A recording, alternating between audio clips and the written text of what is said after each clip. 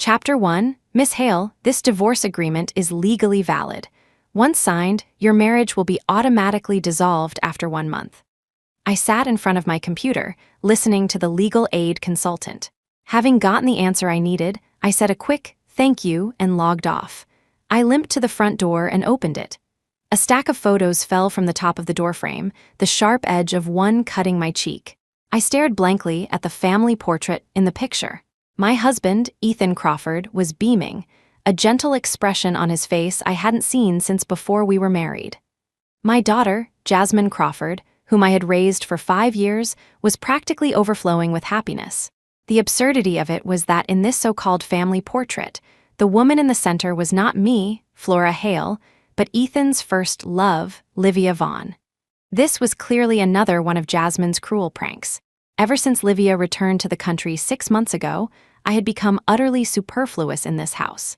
Today was my birthday and also our 5th wedding anniversary. Ethan had picked a fight over some trivial excuse, telling me to stay home and reflect on my mistakes while he took our daughter out. I saw on Livia's social media feed that the 3 of them had gone to an amusement park. The family of 3 was having a wonderful time. There was a photo of Ethan, a man with severe OCD about cleanliness, kneeling on the ground to tie Livia's shoelaces. The image was like a sharp sword piercing my heart. The pain was so intense I could hardly breathe. To think of everything I had sacrificed for this family, only to have it all be for another woman's benefit, filled me with an infinite, chilling sorrow.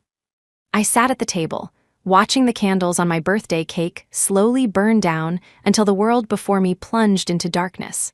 I was like a statue, frozen in this cold, heartless home. I don't know how much time passed before the living room lights suddenly flickered on. Ethan and Jasmine walked in. When he saw me, a flash of disgust crossed his face. Ethan slammed a gift box onto my body, his face etched with impatience. "Who told you to cook with lard? You know I prefer light meals. Don't let it happen again. This is your birthday present." He then tilted his head back, waiting for my gratitude. I glanced at the gift box and laughed bitterly to myself. The so-called gift was nothing more than a free promotional watch. The truly expensive one, a limited edition Patek Philippe, had already been flaunted on Livia's social media. When Ethan saw that I didn't move, his expression soured. "I work myself to the bone to support this family," he snarled, "and you can't even help a little. Fine, but now you're giving me this attitude. I never should have married a waste of space like you. You're sleeping in the storage closet tonight. Don't even think about asking for my forgiveness until you've realized your mistake." With that, he stomped angrily into his room. Jasmine giggled, then tipped the entire birthday cake over my head. "I had so much fun with Auntie Livia at the amusement park today," she gloated. "You're just the help who serves me. Hurry up and divorce my dad and get out." I looked at the daughter I had cared for meticulously for 5 years, the daughter whose smallest scrape would break my heart, and saw only undisguised loathing. A cold shiver ran down my spine. It was true, a wolf cub can never be tamed. Jasmine hadn't always been like this. How could a 5-year-old know such cruelty? It had all started 6 months ago when Livia returned and secretly coached Jasmine on how to torment me. But what truly broke my heart was Ethan's reaction. He knew everything I had done for this family, yet he allowed our daughter to spout such nonsense. Seeing my lack of reaction, Jasmine sneered. "Auntie Livia was right. You really are a waste of space. You don't even get angry. You deserve this." She then skipped happily back to her room. The living room fell silent again. I hadn't said a single word. There was no point in holding out hope for this heartless father and daughter. I slowly stood up and limped to the small storage closet under the stairs. It was the only place in this house where I had any freedom. It was filthy, so the 2 of them never came in. My face was a mask as I tossed the gift from Ethan into the trash can. Then, I pulled a document from a drawer. Last week, I had a huge fight with Ethan over Livia, and he had thrown a set of divorce papers at me. Ethan was certain I couldn't live without him, so he constantly used various methods to humiliate me, with Jasmine eagerly playing her part. This time, I finally understood. Some stones can never be warmed, and some wolf cubs can never be tamed. I picked up the pen and signed the agreement in one smooth motion. My husband, my daughter, and this house. I was done with all of it. Chapter 2. The late night wind blew in through the window, making the storage closet a little chilly. I lay down, fully clothed. The 7-year obsession that had weighed me down vanished, and my body felt light. The constant anxiety that had caused so many sleepless nights was replaced by a heavy drowsiness. But just as I was about to drift off, a hand landed on my waist, stroking me gently.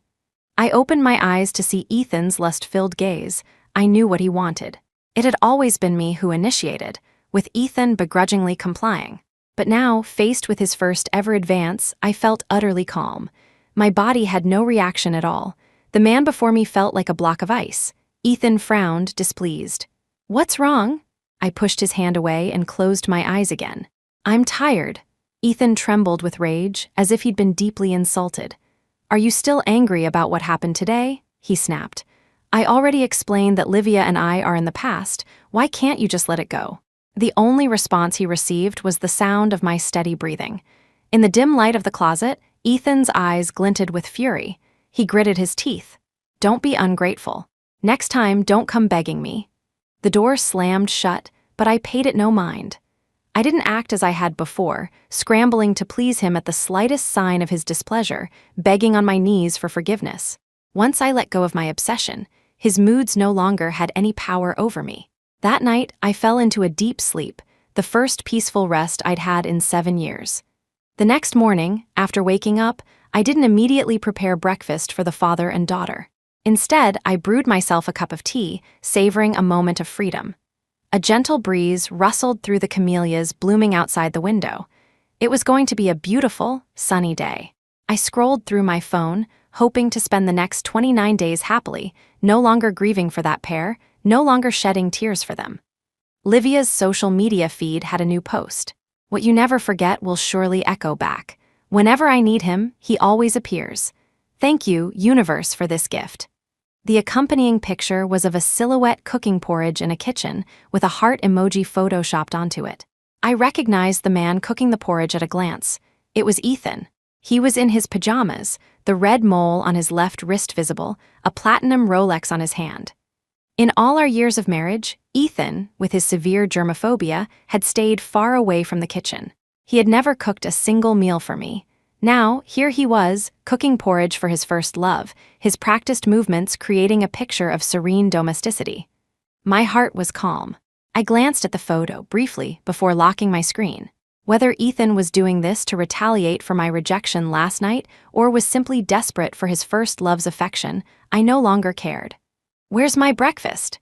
An indignant voice came from behind me. Jasmine had come out of her bedroom, and, seeing the empty table where her usual elaborate breakfast should have been, her little face filled with anger. "I'm hungry," she yelled at me. "Go make it now." I turned to face her, my gaze indifferent. I could clearly see the same arrogance in this 5-year-old child as in her father. They had always treated me like the household help. I pointed to the refrigerator. "Get it yourself," I said coolly. Jasmine froze, stunned. She had never seen this indifferent side of me and stood there, unsure what to do. But she quickly remembered her place and shouted, "You're my nanny. If you don't make me food, I'll have Dad punish you." I looked at her calmly. The little viper would never be tamed. The more I gave in, the worse she became. Thankfully, I had long since given up on her. "If you want to eat, go find your Auntie Livia." My good mood was ruined. I couldn't be bothered with her screaming. I went to my room to pack. All my things had to be thrown out to make room for Livia.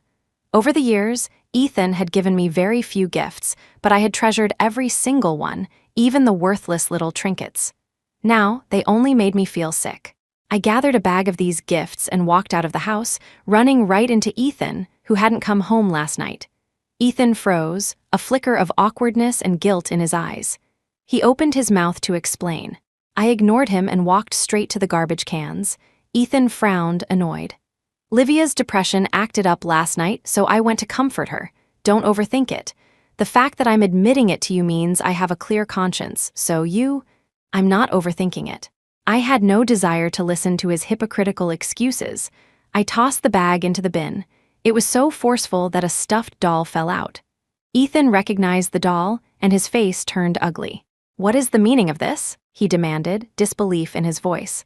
For some reason, my silence filled him with a strange sense of panic. My expression didn't change. I smiled.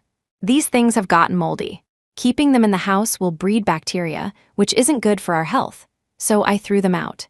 Ethan looked at me with suspicion, but he didn't press the issue.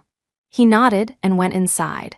I waited outside until the garbage truck came and hauled the gifts away, making sure there was no chance of them ever being brought back. Ethan's gifts, including the man himself, were moldy, and moldy things are best thrown as far away as possible. Chapter 3. When I returned to the house, Ethan took a container of porridge out of a bag and tossed it on the table. "I might have overreacted yesterday," he said, "but you shouldn't have made things difficult for Livia. I made this porridge for you myself. Drink it, and then go apologize to her." Ethan, who never lifted a finger in the kitchen, was sure I would be moved to tears with gratitude. I just stared at the cold porridge, mocking myself internally. How low must I have sunk for Ethan to trample on my dignity like this? This was nothing more than Livia's leftovers, and Ethan was presenting it to me as a reward. I watched him calmly, showing no reaction. Ethan's expression grew impatient. "What is it you want?" he snapped. "I'm already giving you a way out, don't be so ungrateful. It's frustrating enough working all day, and then I have to come home to your drama. Can't you be more mature?" I said lightly. "I'm allergic to seafood." Ethan froze. He finally remembered. A hint of embarrassment crossed his face, but seeing my sullen expression, his anger flared. "It's just a seafood allergy, it's not like it'll kill you. Why are you so demanding?" Seeing me defy him again and again, unable to take a hint, Ethan's rage boiled over. He grabbed the porridge and tried to force it into my mouth. I never imagined he could be so unhinged. I managed to avoid most of it, but I had already swallowed a fair amount. I immediately dropped to the floor and started vomiting. I had a severe, life-threatening allergy to seafood. The slightest contact could be disastrous. My breathing became difficult. I lay on the floor in agony as blisters formed in my throat and red hives broke out all over my skin. Ethan sneered, "Are you playing the victim now? Playing these mind games with me day in and day out? Do you think you're some kind of beauty like Livia? You're just a washed-up cripple. I'm giving you an out, so take it. When I finally kick you out, it'll be too late to come begging." "Go, Daddy, you got revenge for Auntie Livia, you're the best." Jasmine ran over and kicked me, a gleeful smile on her face. "You stay here and reflect," Ethan said.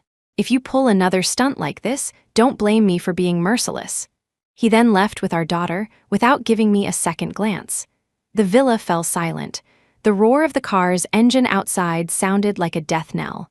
I was suffocating. With the last of my strength, I managed to dial 911. I held on for about 10 more minutes before I lost consciousness. When I woke up, I was in a hospital room, the acrid smell of disinfectant filling my nostrils. I had cheated death. The memory of Ethan's heartless departure, leaving me to die on the floor, was suffocating. Even though I had already given up on him and our daughter, the pain was still unbearable. It felt like a 1,000-pound stone was crushing my chest. I could hear sparrows chirping outside the hospital window. I watched the birds hopping on the branches, a deep longing for freedom filling my eyes. In 28 more days, I would be completely free. I would go somewhere far away from this vicious father and daughter, a place where I could face the sea, with the warmth of spring blossoms, and just be happy. Dr. Matthews entered the room, interrupting my thoughts. His expression was one of severe disapproval. "You went into anaphylactic shock.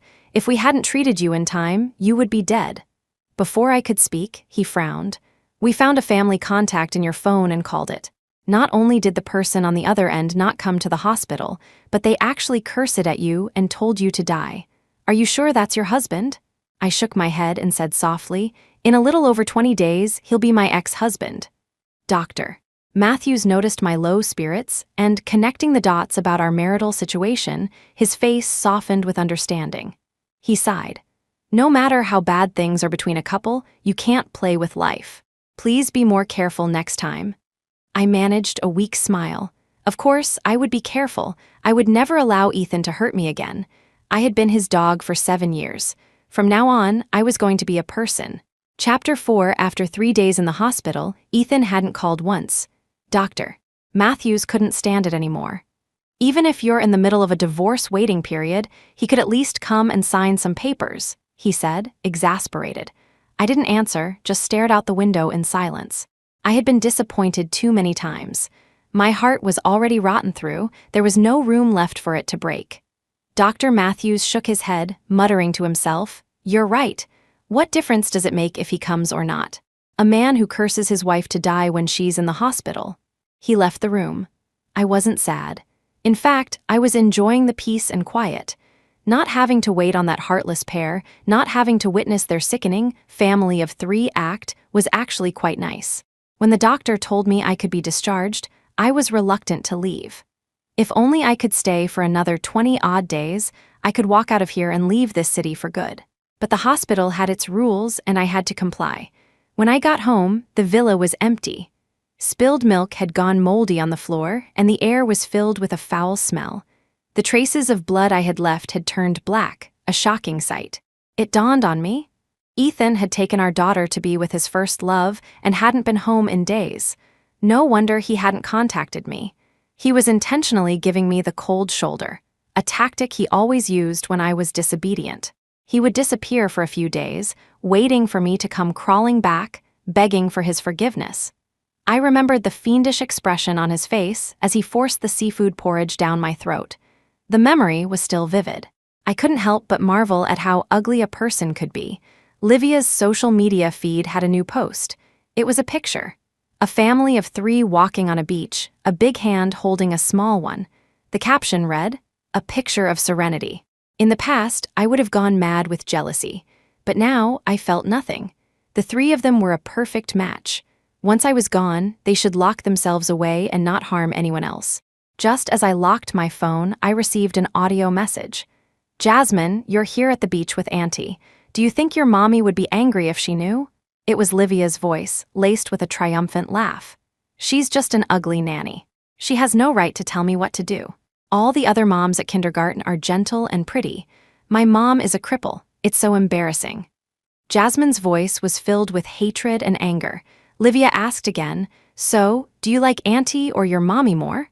Jasmine's excited reply came quickly. "Of course I like you. Auntie Livia, I wish my mom would just divorce my dad and get out of this house. Then you could be with Daddy. Daddy really likes you, and I like you too. Auntie Livia, can you be my new mommy?" Livia feigned difficulty. "Oh, I don't know about that. Your mommy would be heartbroken if she heard that." Jasmine scoffed. "It'd be best if she died. She only broke her leg saving me last year. It would have been better if she'd just been run over and killed." Even though I had already lost all hope for my daughter, hearing her vicious words sent a chill through my entire body. How could such a young, innocent-sounding voice be so cold and cruel? Livia sent another voice message. "Ethan's heart and your daughter's are both with me now. What face do you have to stay? Just get lost." My heart was already shattered, so Livia's provocations had no effect. I didn't spiral into the hysterics and agony she had anticipated.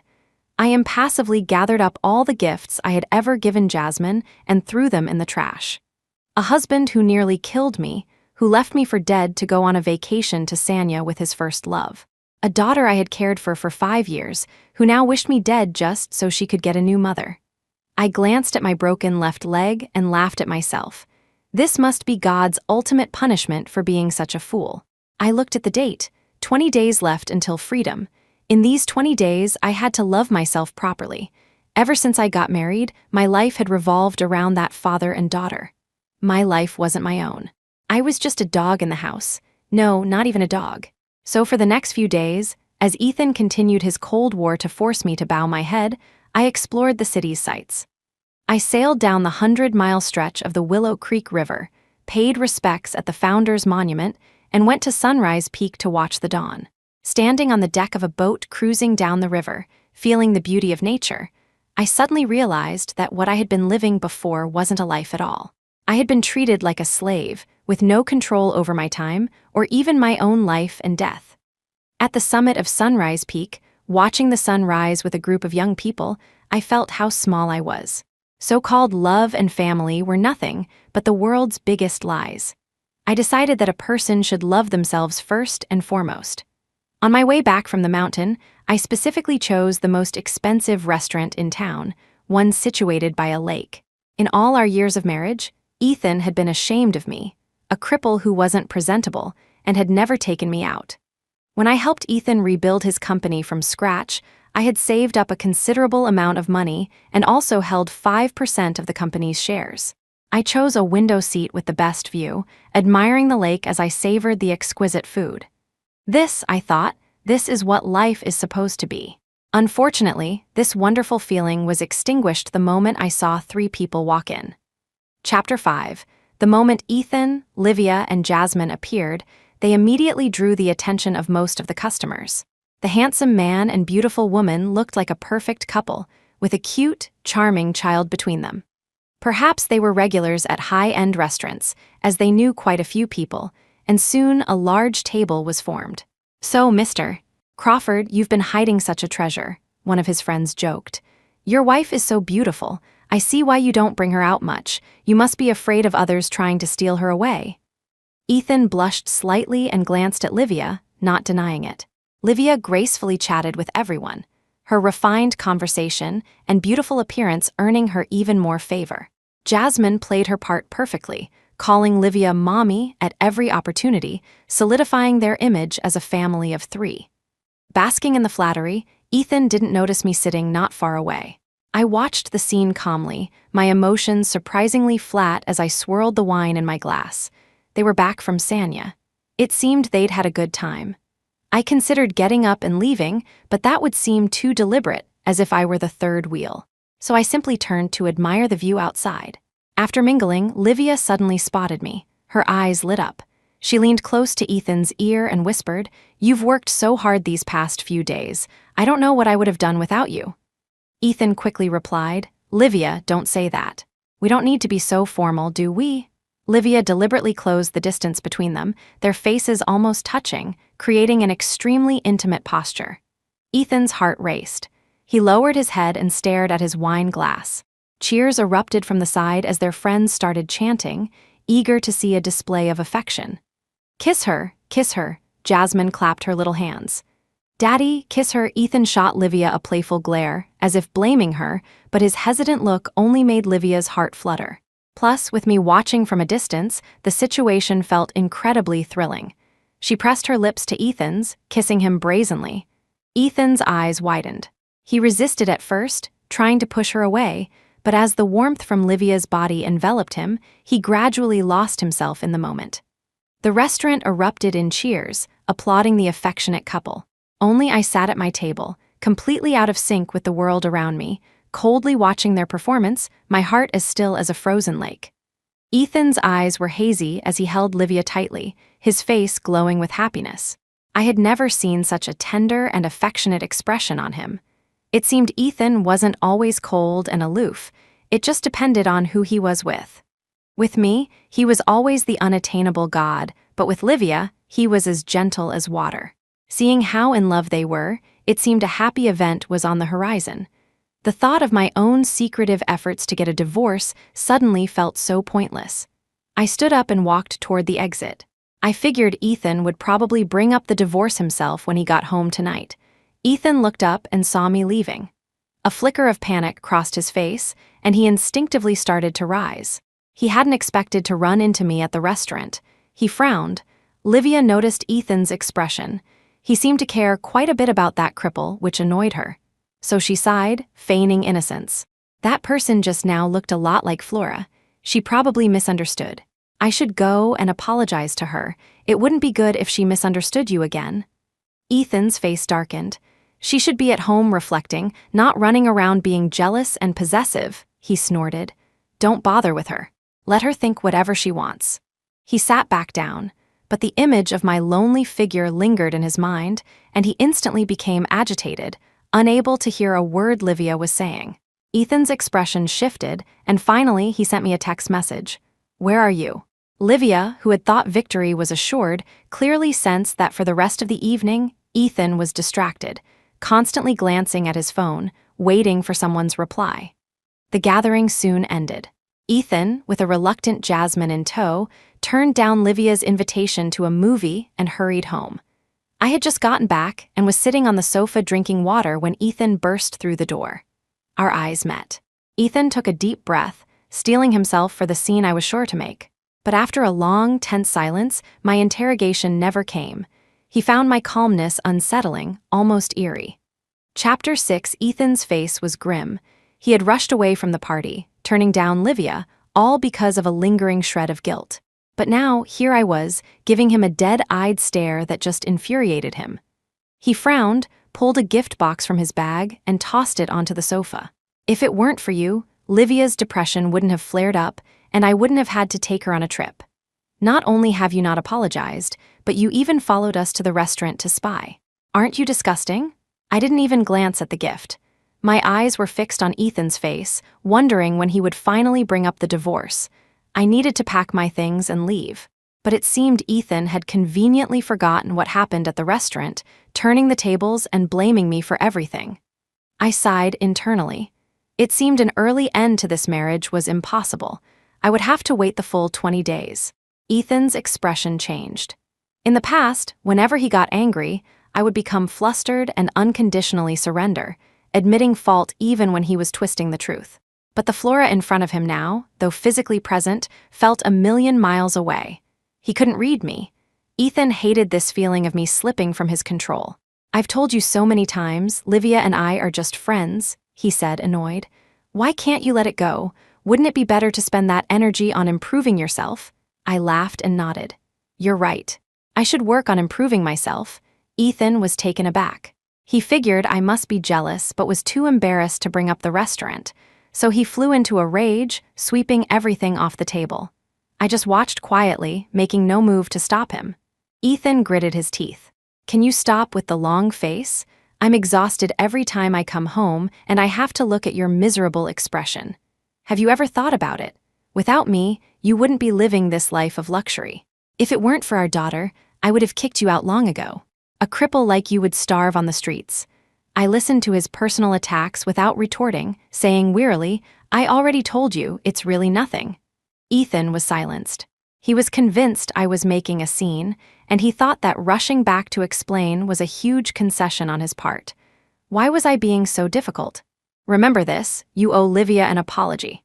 If you don't apologize, you can live in the storage closet forever. Do you know what you look like right now? A sewer rat. Ethan stormed upstairs. Jasmine glared at me, her little head held high. You're a bad person, she said with disgust. You made Auntie Livia and Daddy angry. Why are you still hanging around? Hurry up and get a divorce and leave. I want Auntie Livia to be my mommy. I looked into my daughter's eyes and smiled faintly. Don't worry, Auntie Livia will be your mommy very soon. With that, I went into the storage closet and started counting down the days until my departure. Jasmine knocked on the door later, ordering me to heat up some milk for her. I closed my eyes, immune to this ungrateful wolf cub. Go find your Auntie Livia, was all I said. Jasmine was furious, pounding on the door and screaming insults. But I was immune to it all now. I just wanted to leave this house, a place devoid of kinship and warmth, as quickly as possible. I gazed at the night sky through the small window, my thoughts already taking flight. I was starting to miss my hometown. As if to punish my disobedience, Ethan disappeared with our daughter for the next few days. I didn't need to guess where they had gone. They were with Livia. Ethan thought this tactic would make me miserable. Before leaving, he warned me that if I didn't go and kneel before Livia to apologize, he would never come back. I almost said, good riddance, but I held my tongue. The mandatory waiting period for the divorce was almost over, and I didn't want any more complications. I cleaned the house and spent my days lounging in the yard, soaking up the sun, feeling relaxed and free. In the middle of the night, I received a provocative video from Livia. It was shot in my house. The three of them, wearing matching family pajamas, were having a pillow fight. The two adults had their arms around Jasmine's little head, their smiles bright and happy. Livia kept sending these videos to provoke me, hoping I would get the hint and scram. I didn't reply. Instead, I ordered an expensive meal from a delivery service. Ethan, not receiving the apology he expected, grew angrier. He stayed at Livia's place, even arranging a high-level position for her at his company. He deliberately flaunted their relationship on his social media, posting ambiguous messages. I found it laughable. Why not just make it official? Oh, right. He wasn't divorced yet. I would soon grant him his wish. As the days passed, I became completely immune to Ethan's provocations. Even when he called to tell me Jasmine had a cold and deliberately asked me to bring medicine, I ignored him. I simply said, "If she's sick, take her to a doctor," and then paid him no more mind. Ethan flew into a rage, but before he could spew too many insults, I hung up the phone. Rather than waste energy on someone I didn't care about, I'd rather be good to myself. With only 3 days left in the waiting period, I was filled with anticipation. These days without Ethan and Jasmine had been blissful, the most comfortable I had felt in 7 years. I had already decided to sell my shares in the company so that I wouldn't be destitute when I returned to my hometown. Ethan had always belittled my abilities, calling me a waste of space, but he conveniently forgot who had negotiated the contracts, drink after fiery drink, that saved his family's company from bankruptcy. He had also forgotten that I still owned 5% of the company. The annual dividends provided a substantial income. I was already looking for a suitable buyer for my shares. Since I had chosen to leave, I intended to sever all ties with them completely. Tonight, I ordered a bottle of good wine. I heard footsteps outside, and assuming it was the delivery, I got up to open the door. But when I opened it, I came face to face with Ethan and Jasmine. Chapter 7, perhaps because the divorce was so close, I found them more tolerable, but my demeanor remained lukewarm. Ethan had been away for over 2 weeks, waiting for me to break. But I was no longer the same person who would cry and beg him not to leave. I had changed, becoming cold and distant. Even an idiot like Ethan could see that I had changed. For some reason, a wave of inexplicable panic washed over him. A submissive Flora was certainly annoying, and he had even brought up divorce several times. But an indifferent Flora was unsettling. It wasn't that Ethan cared about me that much, it was more out of pity. Ethan knew how much I loved him, that I absolutely could not live without him. That's why he had been so reckless in hurting me time and time again. This time, he had returned early, intending to offer an olive branch, hoping I would stop my antics. He thought that by bringing our daughter home, I would be moved to tears, crying, and repenting. But what did he see instead? The undisguised disappointment on my face. Was I not waiting for them to come home? Ethan's face darkened. He forced a smile. "You don't seem very happy to see us back. What did you bring another man home?" I didn't confirm or deny it, simply turning to walk towards the storage closet. He was the one who had cheated, yet he projected his own behavior onto me. I felt that even one more word would be a waste of time. But with only 3 days left, I didn't want to get entangled with him again. Ethan watched my retreating back, his expression shifting. That feeling of losing control was growing stronger. A sense of panic he had never felt since our marriage washed over him. Seeing my limping figure, his mind flashed back to when his family went bankrupt. Everyone, including his beloved Livia, had abandoned him. Only I had stayed by his side. I no longer cared what Ethan was thinking. I stayed in the storage closet until evening. Figuring the father and daughter would be unable to resist going to Livia's, I came out, only to see a full meal laid out on the table. I froze. Ethan was busy in the kitchen. "The soup will be ready in a minute," he said. I stood there, stunned, a complex mix of emotions swirling within me. This was the scene I had dreamed of for years. I had always wanted a warm, loving home. But it was too late. I sat down and stared at the food in front of me, not picking up my chopsticks. In a complete change of character, Ethan asked with concern, "What's wrong?" I said flatly, "I'm allergic to seafood." The entire table was a seafood feast, Livia's favorite. Ethan remembered every single one of her preferences, yet he always overlooked mine. Ethan's face turned ugly. He looked like he was about to explode, but he held it in. Ever since I had stopped fighting and crying, Ethan felt he couldn't see through me anymore. I was like sand slipping through his fingers. Perhaps he felt he had been too harsh on me lately, or perhaps the memory of our shared hardships stirred some sympathy. For whatever reason, Ethan didn't press the issue. He actually managed to restrain himself from throwing the food at me. I marveled at his self-control, feeling a flicker of surprise. It was almost unsettling. In an unprecedented move, Ethan served me some food, saying he had wronged me lately. I almost didn't recognize him. Beside me, Jasmine stared with wide eyes, unable to believe her father was being so nice to a nanny. Ethan took 2 opera tickets from his bag. It was my favorite show. "I didn't celebrate your birthday with you last time," he said, This is to make it up to you. I stared at the tickets, not taking them. Was this some kind of belated affection? I didn't think so. My acting probably wasn't good enough, and Ethan must have sensed something was off. This was just his usual tactic, a slap, then a piece of candy. Just as Ethan was about to speak, footsteps sounded outside. Livia had arrived, uninvited, carrying a bag of toys. Jasmine cheered and jumped onto Livia's back, thanking her mommy twice. Ethan's face changed. "Jasmine, don't call her that," he said quickly. Jasmine tilted her head back and huffed. "I want Auntie Livia to be my mommy. I don't like the cripple nanny." Ethan's face turned a nasty color. He grabbed our daughter and dragged her into her room to discipline her. Livia's gaze swept over the table and landed on the opera tickets. Resentment flared in her heart, and a sinister smile crossed her face. "You think you've won? Let me show you who Ethan really cares about." Chapter 8. I looked at Livia calmly, sensing her jealousy. I shook my head.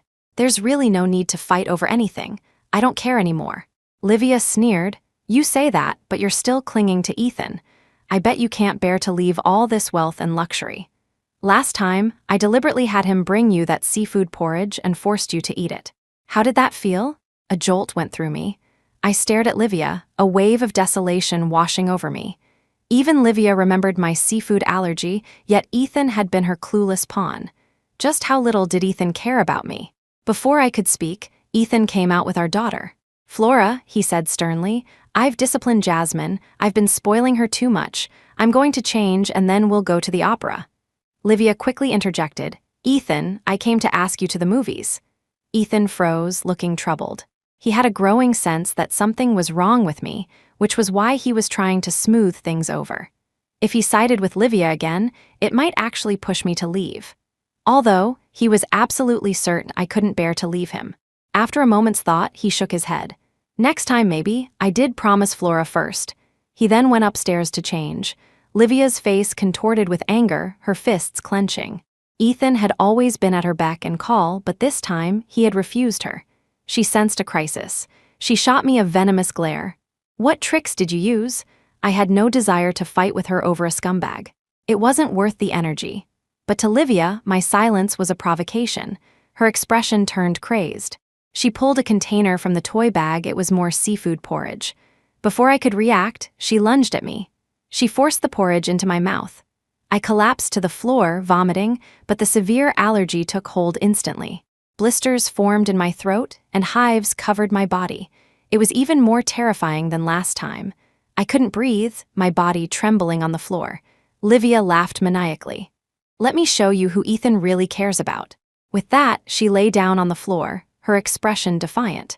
Just as Ethan came downstairs, Livia let out a blood-curdling scream and started writhing on the ground.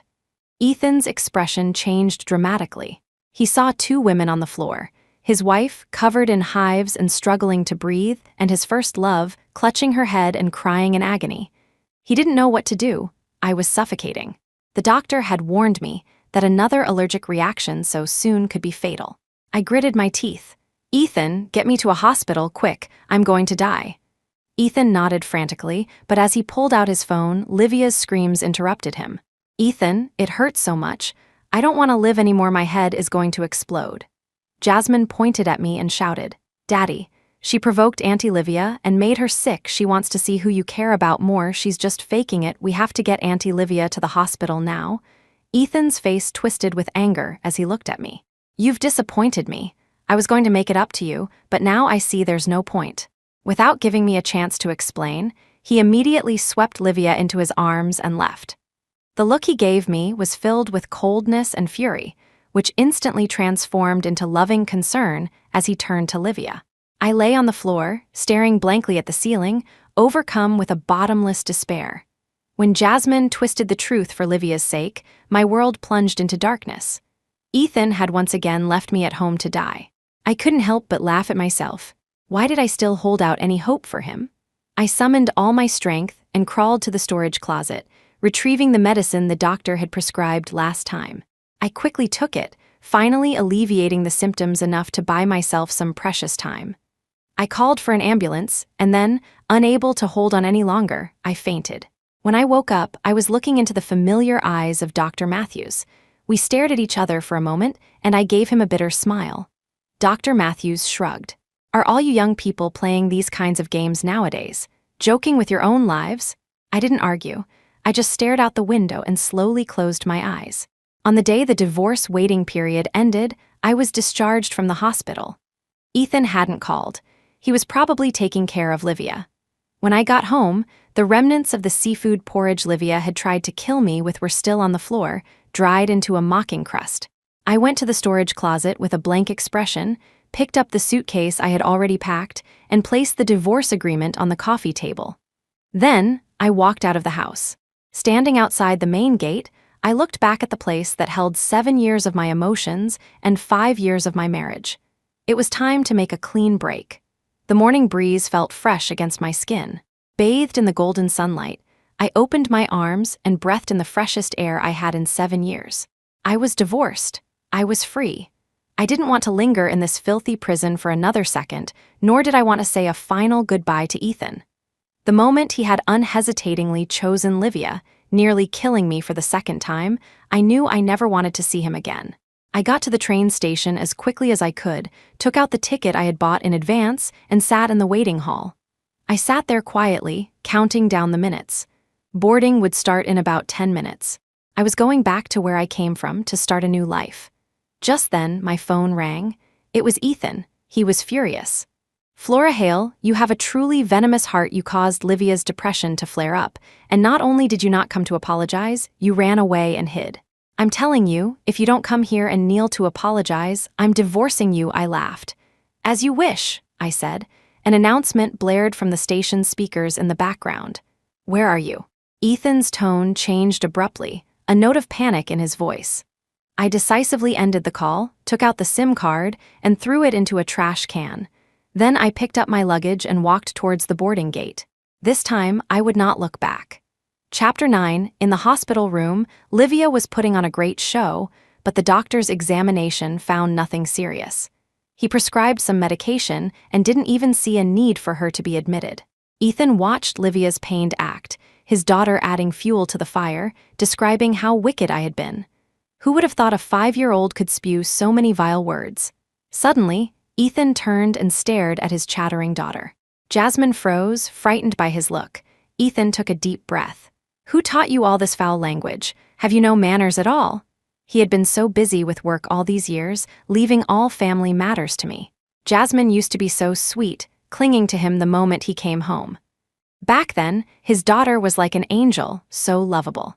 He didn't know when it started, but Jasmine had become precocious and cruel, constantly bullying me and making no secret of her disgust for her own mother. At first, Ethan hadn't paid it much mind, assuming my negativity at home had influenced our daughter. But now, he suddenly remembered the real me, the gentle Flora who would fret over the smallest scrape on her daughter's knee. He especially remembered the time Jasmine, in a tantrum, had run into a busy street. If I hadn't thrown myself at her, pushing her out of the way, our daughter would have been killed. The price was one of my legs. Thinking about it now, he realized his daughter's transformation seemed to have started right after Livia returned to the country. A chill ran down Ethan's spine. It seemed he needed to have a serious talk with his daughter.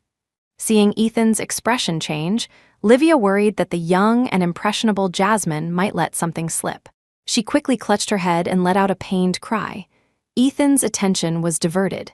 He called for a doctor, and after finally calming Livia down, he went outside for some air. He felt sorry for Livia and thought I had gone too far, actually trying to harm someone. So he took out his phone, intending to order me to come to the hospital and kneel in apology. He used divorce as his ultimate threat. No one knew better than him how much I loved him, that I would even die for him. Ethan saw my madness as simple jealousy of Livia and decided to give me a chance to atone. If I remained stubborn, he would have to teach me a lesson his own way. When the call connected, just as he finished his threat, I didn't immediately admit my fault. Instead, I calmly said, "As you wish." That tone, so calm and liberated, left Ethan stunned, unable to process it for a long time.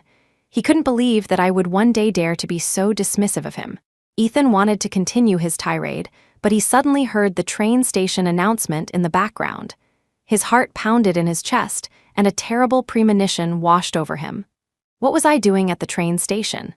Ethan called back, demanding an answer, but all he heard was, "The number you have dialed has been switched off." He tried again, and it went straight to a disconnected tone. Ethan's face changed dramatically, the hand holding the phone trembling. Then, a fierce anger surged through him. He felt I had been getting completely out of control lately, not just giving him attitude, but even daring to turn off my phone. He knew that in the past, I never turned off my phone, afraid of missing his call. A fire of rage burned in Ethan's chest.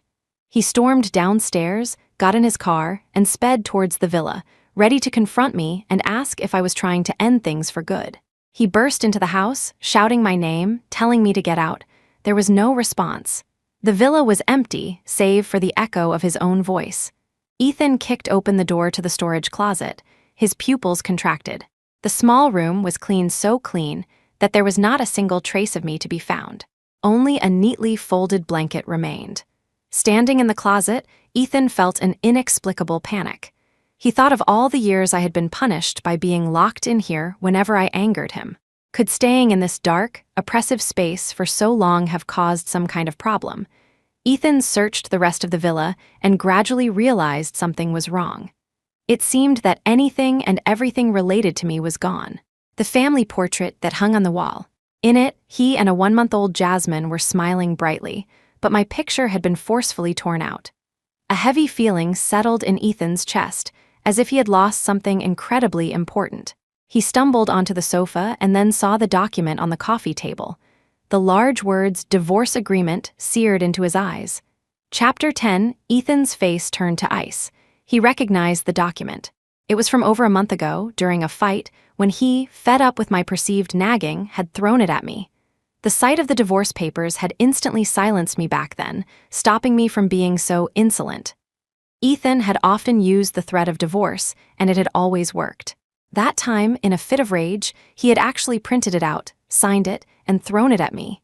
He never imagined the bullet he fired a month ago would now hit him. Looking at the date of the signature, it had been exactly 1 month. The realization that I had been planning to divorce him for a month sent Ethan into a fury. He ripped the agreement to shreds. "I don't agree," he roared. In his mind, I was a cripple, someone he had supported for years.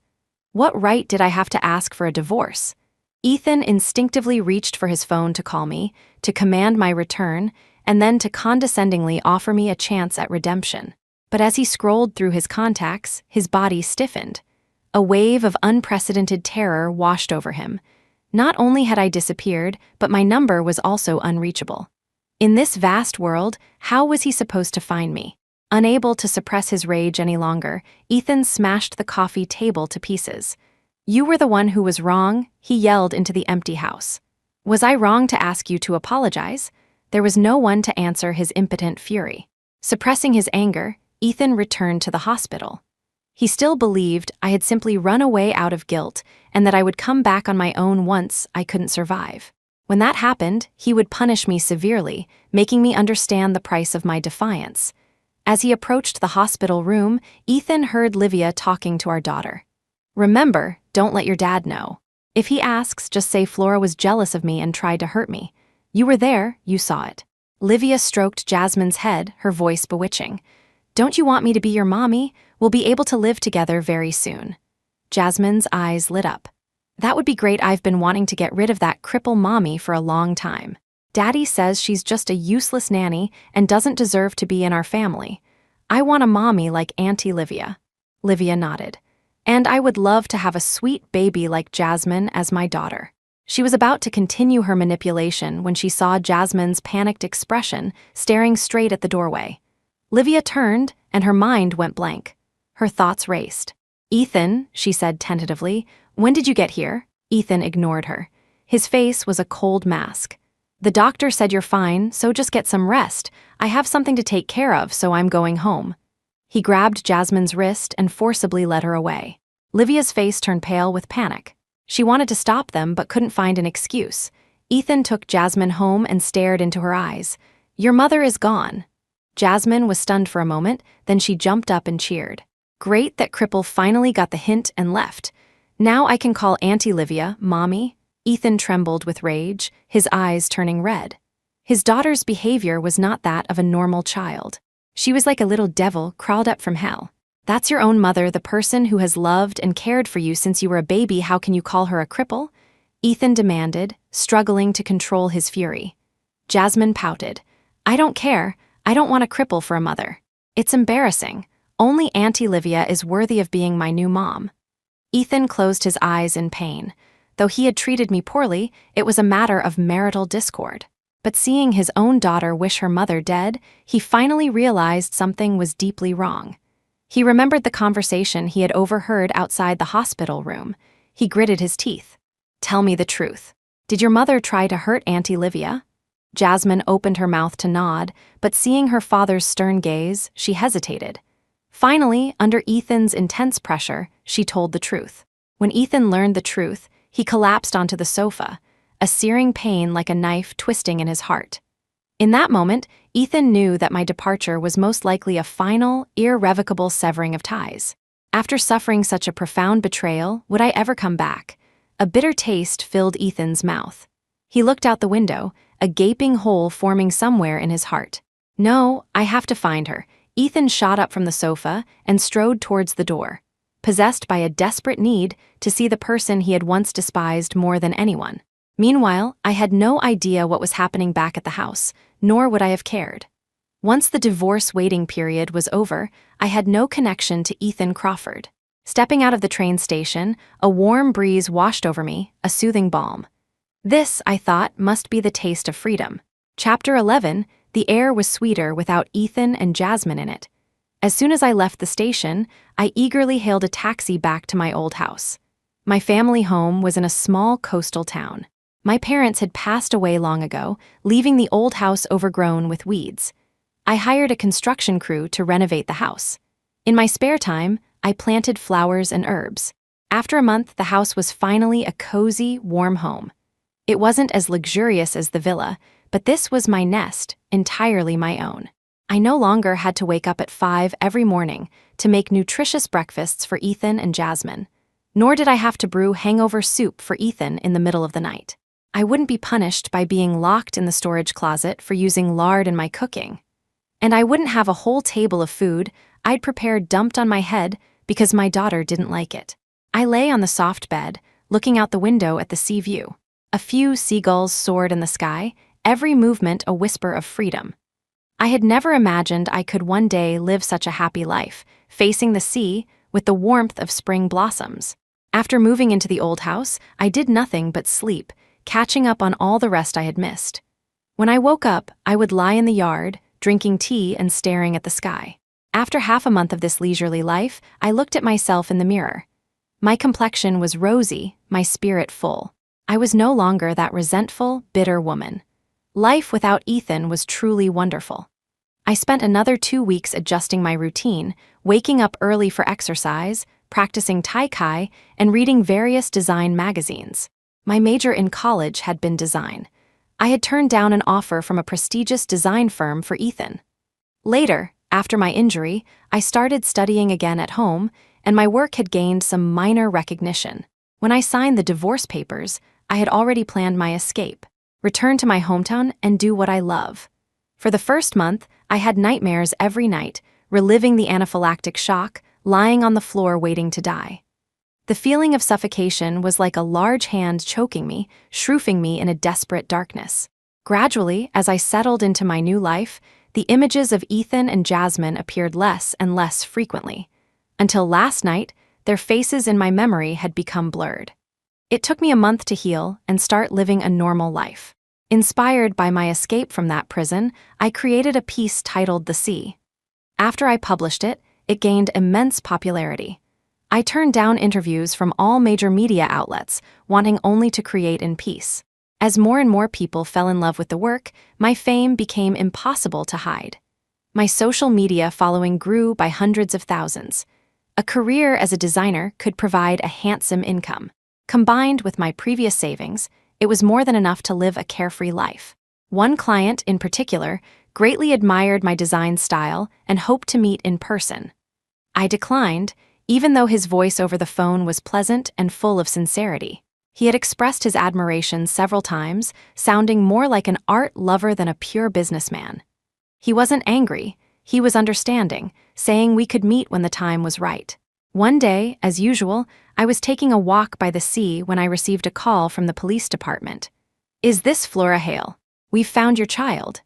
Chapter 12. When I saw the little girl at the police station, I was stunned for a long moment. It was only when I looked into her clear, expectant eyes that I finally remembered who she was. A bitter smile touched my lips. After Livia returned, Ethan's entire world revolved around her, and he often took our daughter to see her.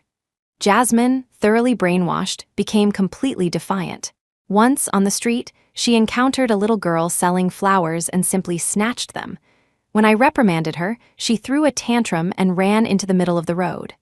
I desperately shielded my daughter. Jasmine only suffered a small scrape, but I paid for it with my leg.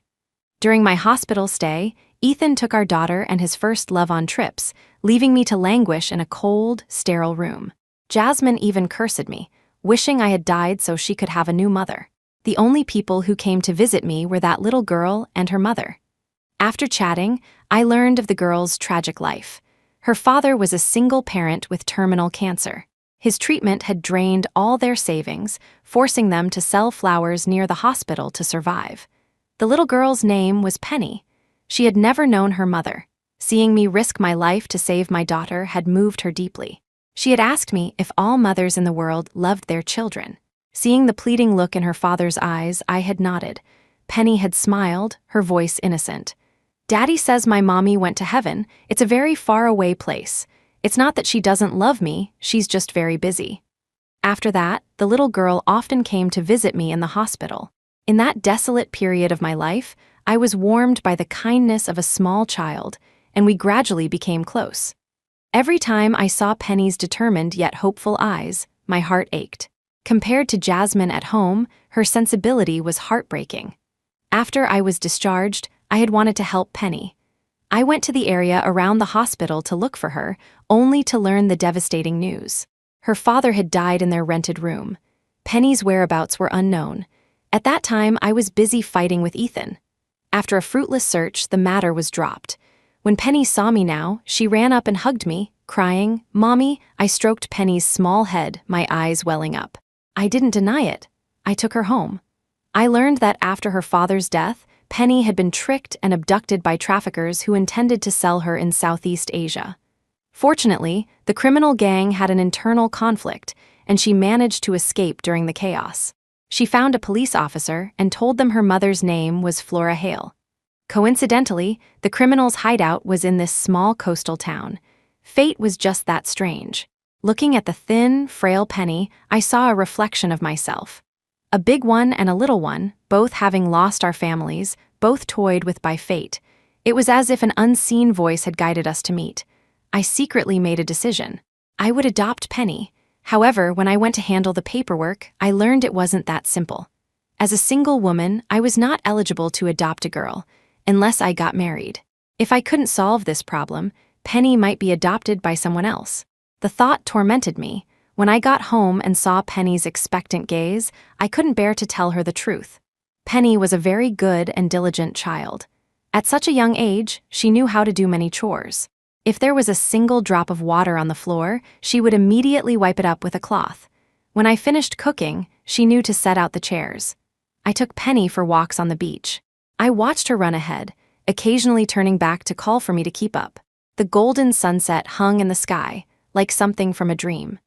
The beautiful moments I had imagined sharing with a child, which I could never find with Jasmine, were finally coming true with Penny. We sat on the beach, watching the sun sink below the horizon, and time seemed to stand still.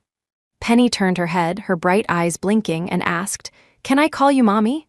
My nose tingled, and I nodded gently. Penny asked again, "Will you go to that faraway place called heaven?"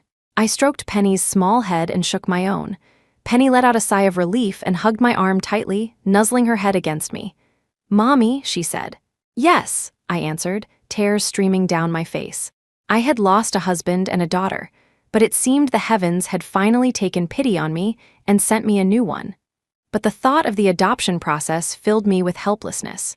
I couldn't just find a random person to marry, could I? For some reason, the male client who had been so keen to meet me came to mind. But as soon as the thought appeared, I cursed myself for being selfish. In my current condition, I shouldn't be a burden to anyone else. For a while, I continued to work on my designs while taking care of Penny. I even asked a matchmaker for help, but as soon as they learned I was a cripple, they refused to even arrange a meeting. I felt helpless, but never wavered in my determination to adopt Penny. One day, I was at the beach with Penny sketching seagulls. Our two figures, one large and one small, cast long shadows under the setting sun.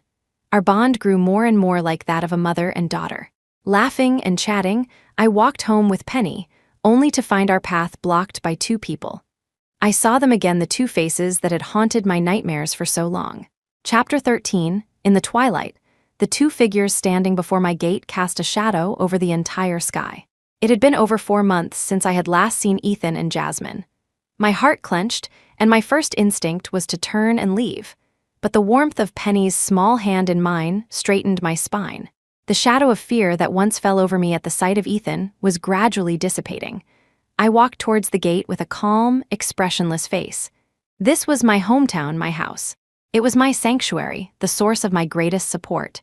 Ethan frowned, his tone insufferably arrogant. "Have you had enough of your little tantrum? Pack your things and come home with me." His proud, self-assured tone made me want to laugh. I slowly turned and stared at him. "Ethan," I said coolly, "allow me to remind you, we've been divorced for almost 5 months." Ethan nodded. "I know, you were throwing a fit and refused to come home because you were jealous. Now I'm here to personally get you, giving you plenty of face. You've achieved your goal, so you can stop pretending to be strong." Without giving me a chance to speak, he walked into the yard, his eyes scanning the area with disdain. "This yard is too small. Is it even 1,000 square feet? Since you like useless things like planting flowers and lazing around like a waste of space, when we get back, I'll buy you a 4,000 square foot villa. You can do whatever you want with the yard there. And if you think housework is too tiring, you can just focus on taking care of me and Jasmine.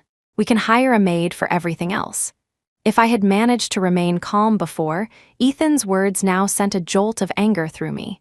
"Ethan, are you incapable of understanding human language?" I snapped, my voice laced with disgust.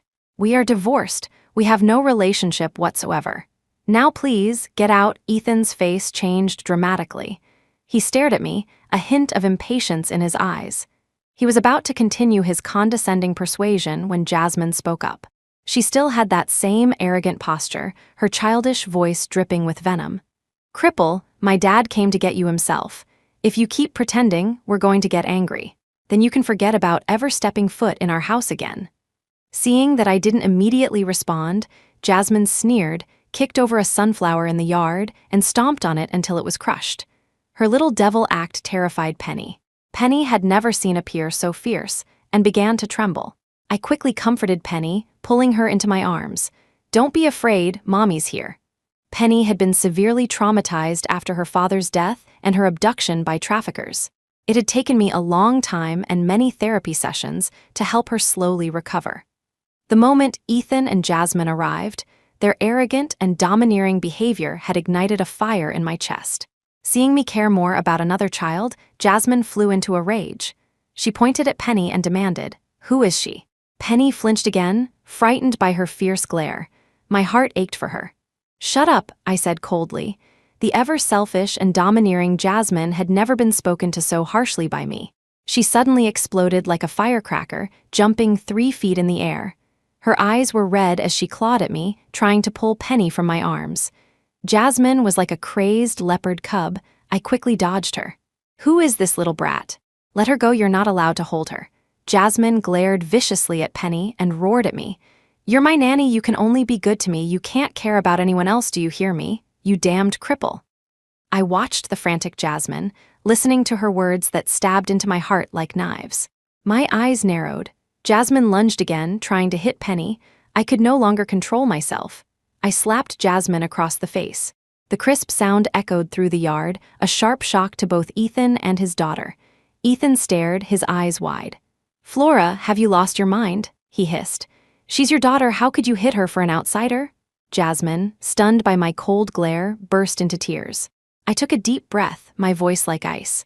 Have you ever seen a daughter who calls her own mother nanny and damned cripple? Before Ethan could retort, I continued. From the day we divorced, I was no longer a slave to your family, and certainly not some waste of space you can push around. Ethan, I hope you'll control your daughter and teach her not to spew such filth. A child with no manners like her will only get beaten to death if she acts like that out in the world. And one more thing, this is my final warning. We are divorced. In what capacity are you demanding that I return? Don't flatter yourself into thinking I can't live without you.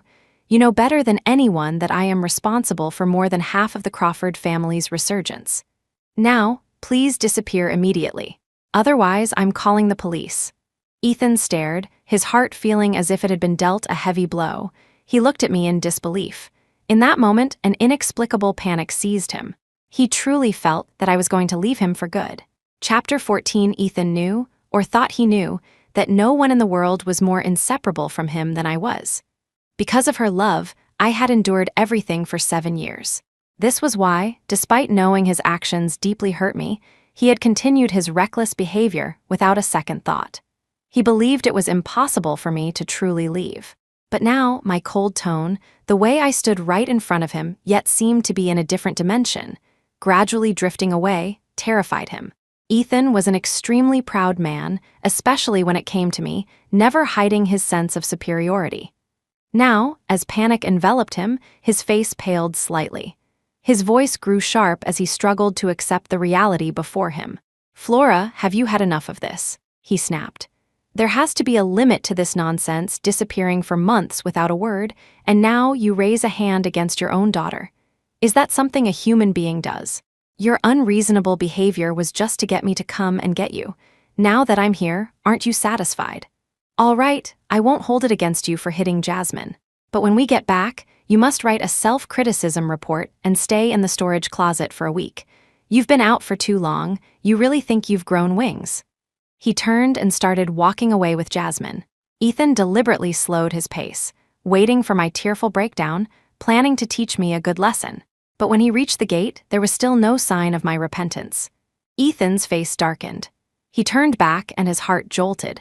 I was standing in the yard, holding Penny's hand, watching them with an incredibly cold gaze. A single garden wall separated two worlds. The golden afterglow of the sunset bathed the yard. A divine light of freedom seemed to emanate from me and Penny. The person he used to look down upon now seemed impossibly tall. The feeling of absolute loss was colder and more piercing than when his family went bankrupt and Livia abandoned him. Ethan gritted his teeth. "You know my personality. If you walk away this time, you'll never have another chance to come back." Jasmine clutched her cheek and said viciously, "If you keep acting up, we won't want you anymore." I walked towards the gate, my feet bathed in the evening light. A glimmer of light appeared in Ethan's eyes. He sneered internally. So much for her resolve. The moment he postured as if he would leave forever, she came running back to apologize. He unconsciously puffed out his chest, resuming his usual arrogant stance, like a master scrutinizing a slave. He didn't get to finish his sentence. The smile froze on his face. I spoke with a blank expression, "Get lost, and never appear in front of me again." The gate slowly closed. Ethan's body trembled violently, his eyes shooting flames of fury. A storm raged in his heart. Flora, how dare she treat him like this?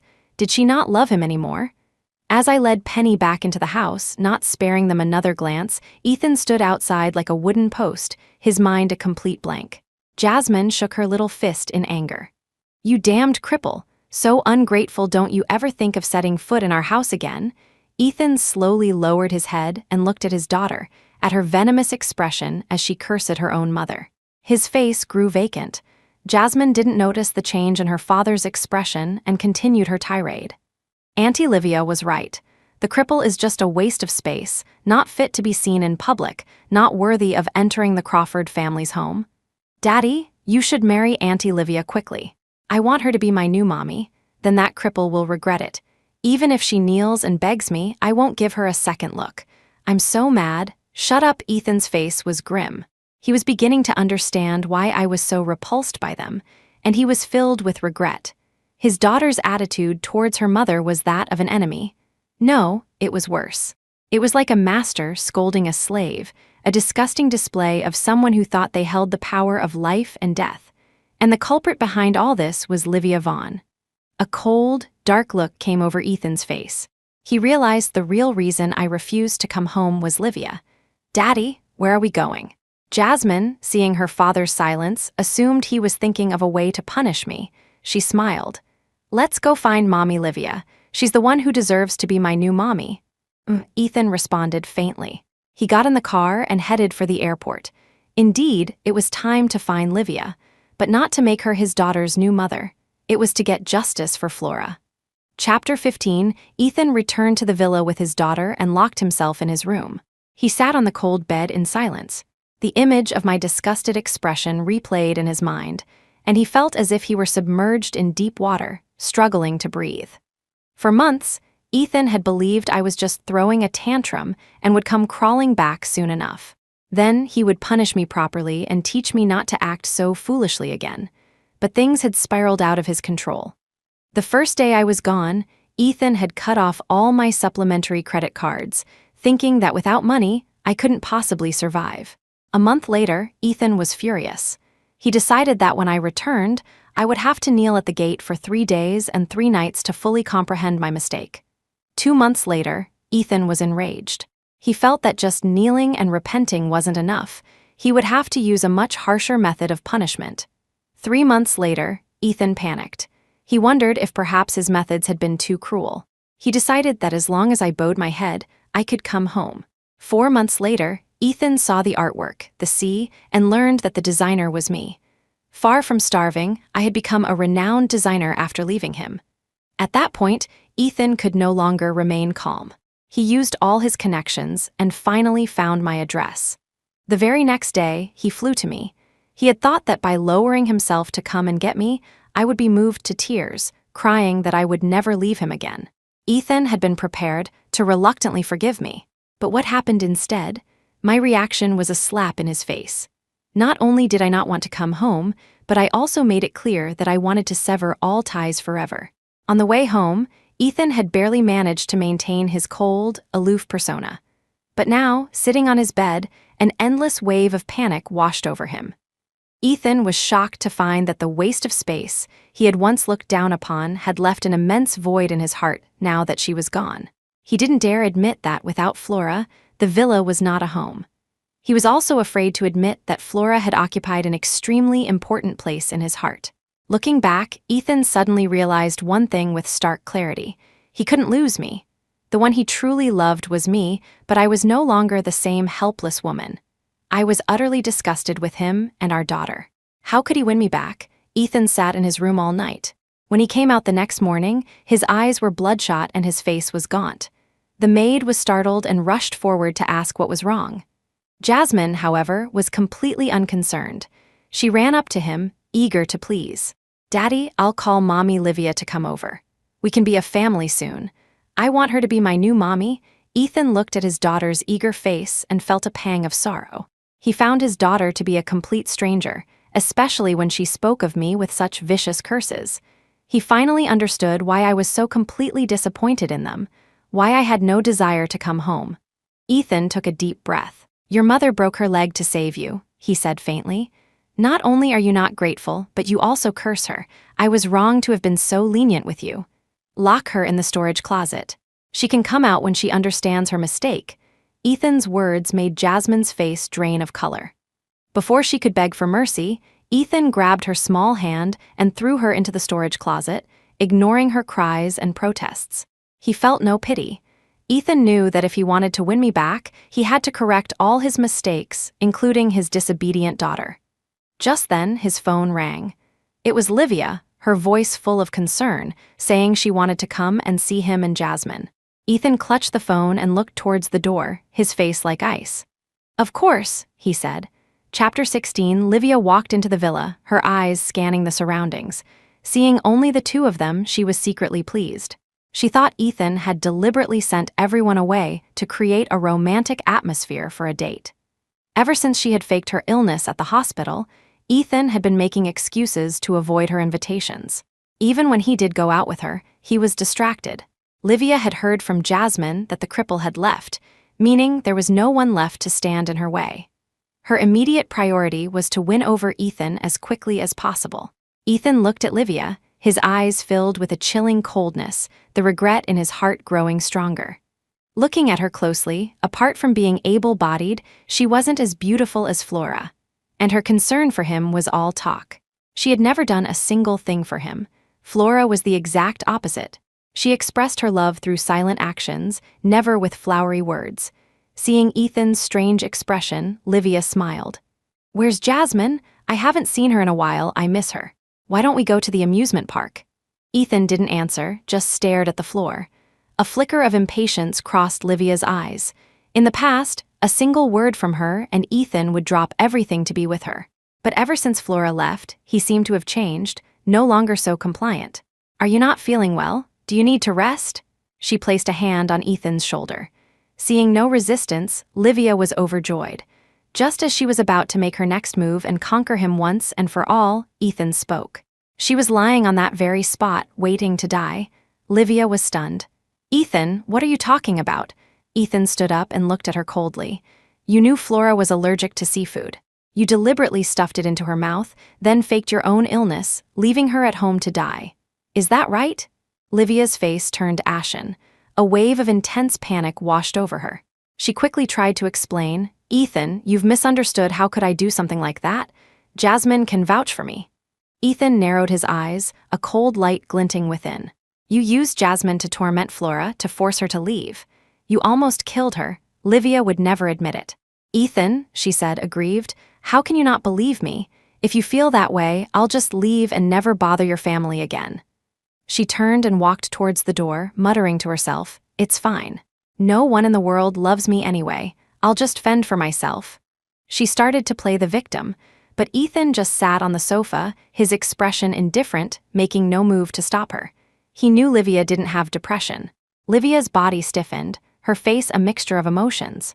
Her usual tactics were no longer working, which frustrated her to no end. After weighing her options, Livia gritted her teeth, walked back to Ethan, and knelt on one knee, her face full of deep emotion. "Ethan, it's true I wronged Flora, but it was only because I love you so much. What is Flora? Just a cripple. She's not worthy of you. That's why I was so jealous. But it's all good now. There's no one standing between us anymore." She pulled a diamond ring from her pocket.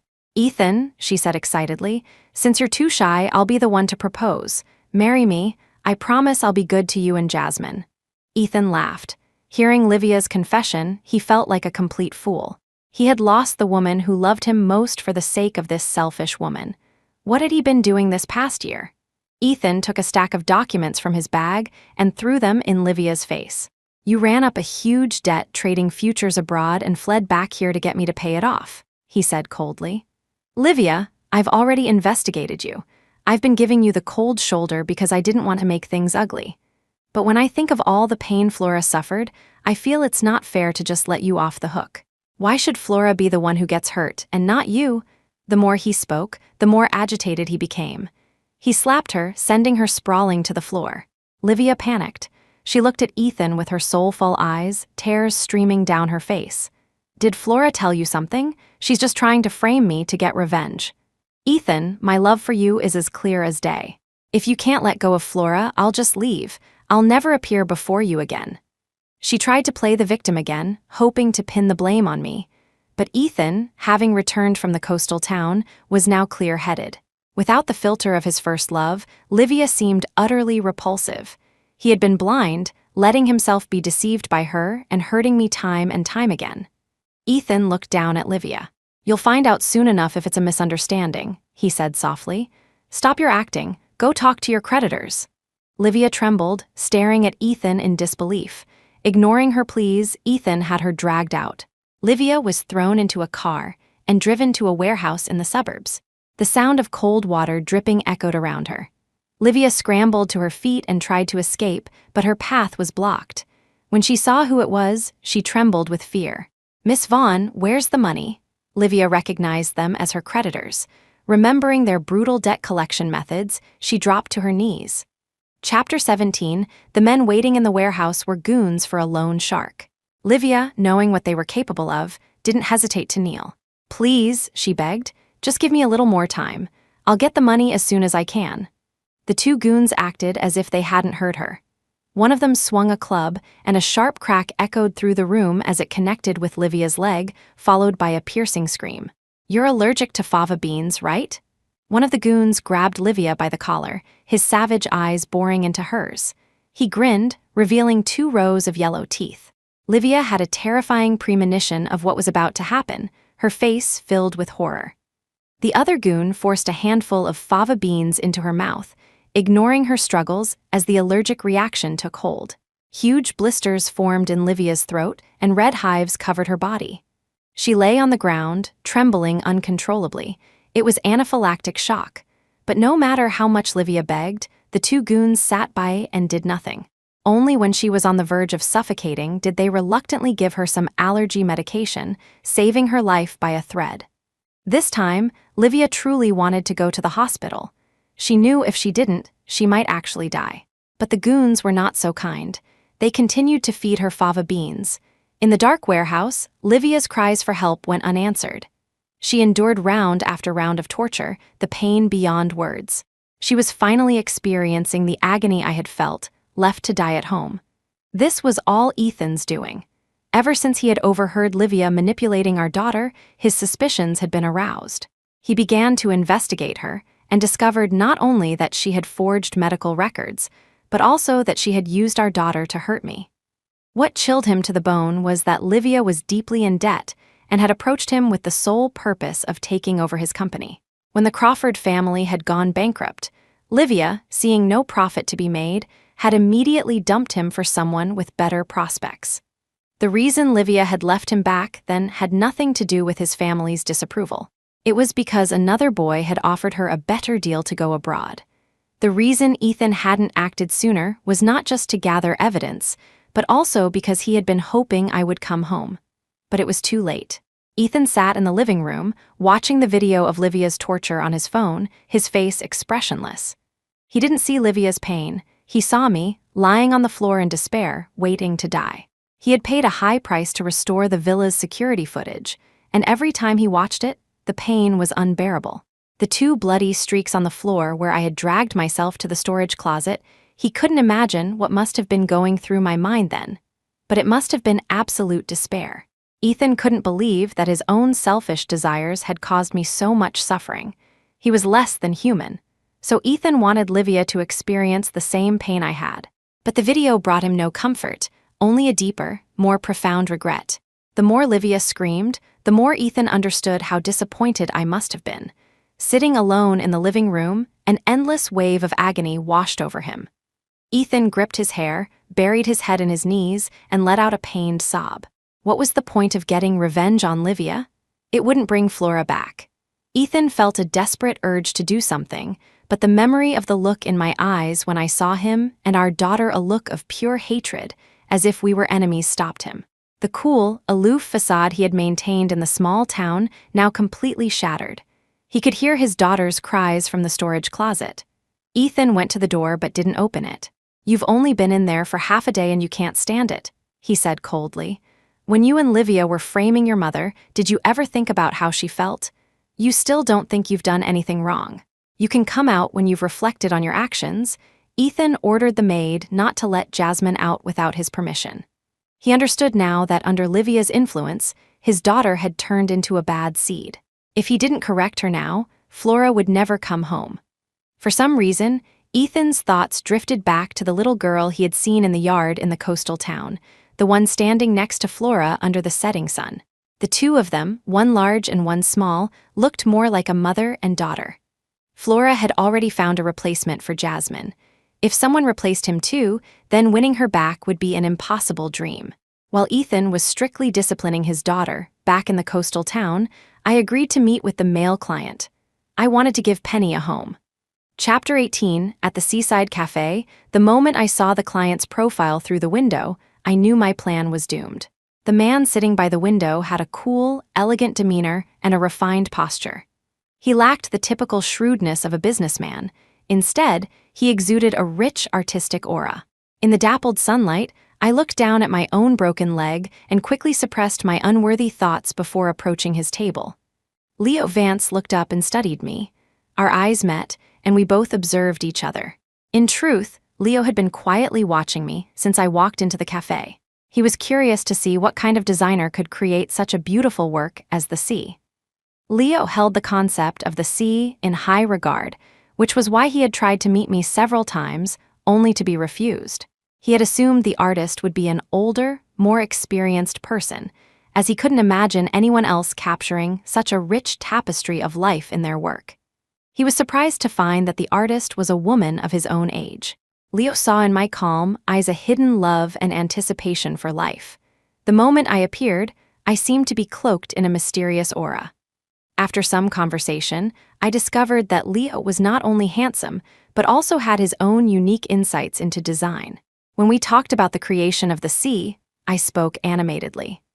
Leo rested his chin on his hand, looking at me, sometimes with a look of admiration and encouragement, other times offering a brilliant new perspective.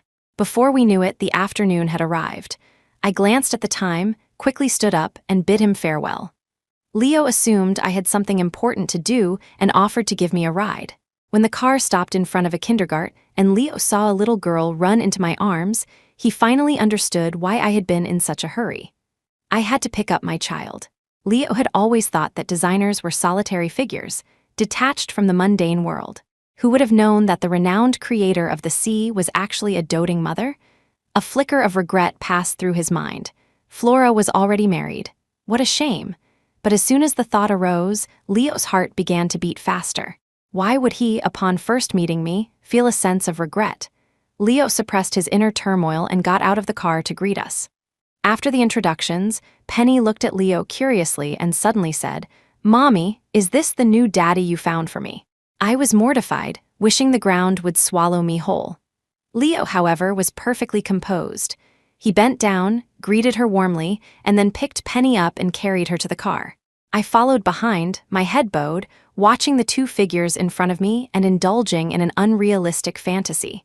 But then I remembered my own circumstances. A divorced woman, and a cripple at that. I was no match for Leo Vance. Back at the small courtyard, Leo played with Penny while I busied myself in the kitchen, occasionally glancing at the harmonious scene with a smile. Penny seemed very reluctant to part with Leo, staying up late to play. Finally, when we were alone, I told him about Penny's tragic story. Leo was moved, and his good impression of me grew even stronger. Leo couldn't help but ask, "If you don't get married, you won't be able to adopt Penny. What are your plans?" I looked at Leo, the words I had been thinking almost tumbling out. Leo also seemed to sense something, his face flushing slightly. He quickly turned his head to look away. I cursed myself for my forwardness. We had only met once. Why would he help me? And it involved his reputation. The words were left unsaid, but we both understood. The sea breeze blew in, ruffling Leo's black hair, making him look like an elf of the night. I didn't dare to linger, afraid Leo would misunderstand. I stood up to leave. Leo watched my hasty retreat and couldn't help but smile. The next morning, Leo and I took Penny to kindergarten. Penny's eyes darted back and forth between us. I coughed, trying to signal her not to be so obvious, but Leo wasn't angry. He stroked Penny's head, his expression full of affection. When we returned home, the atmosphere was a bit awkward, lacking the easy chemistry we had at the cafe. Leo stayed in the small courtyard for 2 days before leaving. On the day he left, although I was reluctant to see him go, I knew we didn't belong in the same world, so I held no hope. After he was gone, Penny was very disappointed. "Will Uncle Leo come to see me again?" she asked. I didn't know how to answer, but I didn't want to hurt her young heart.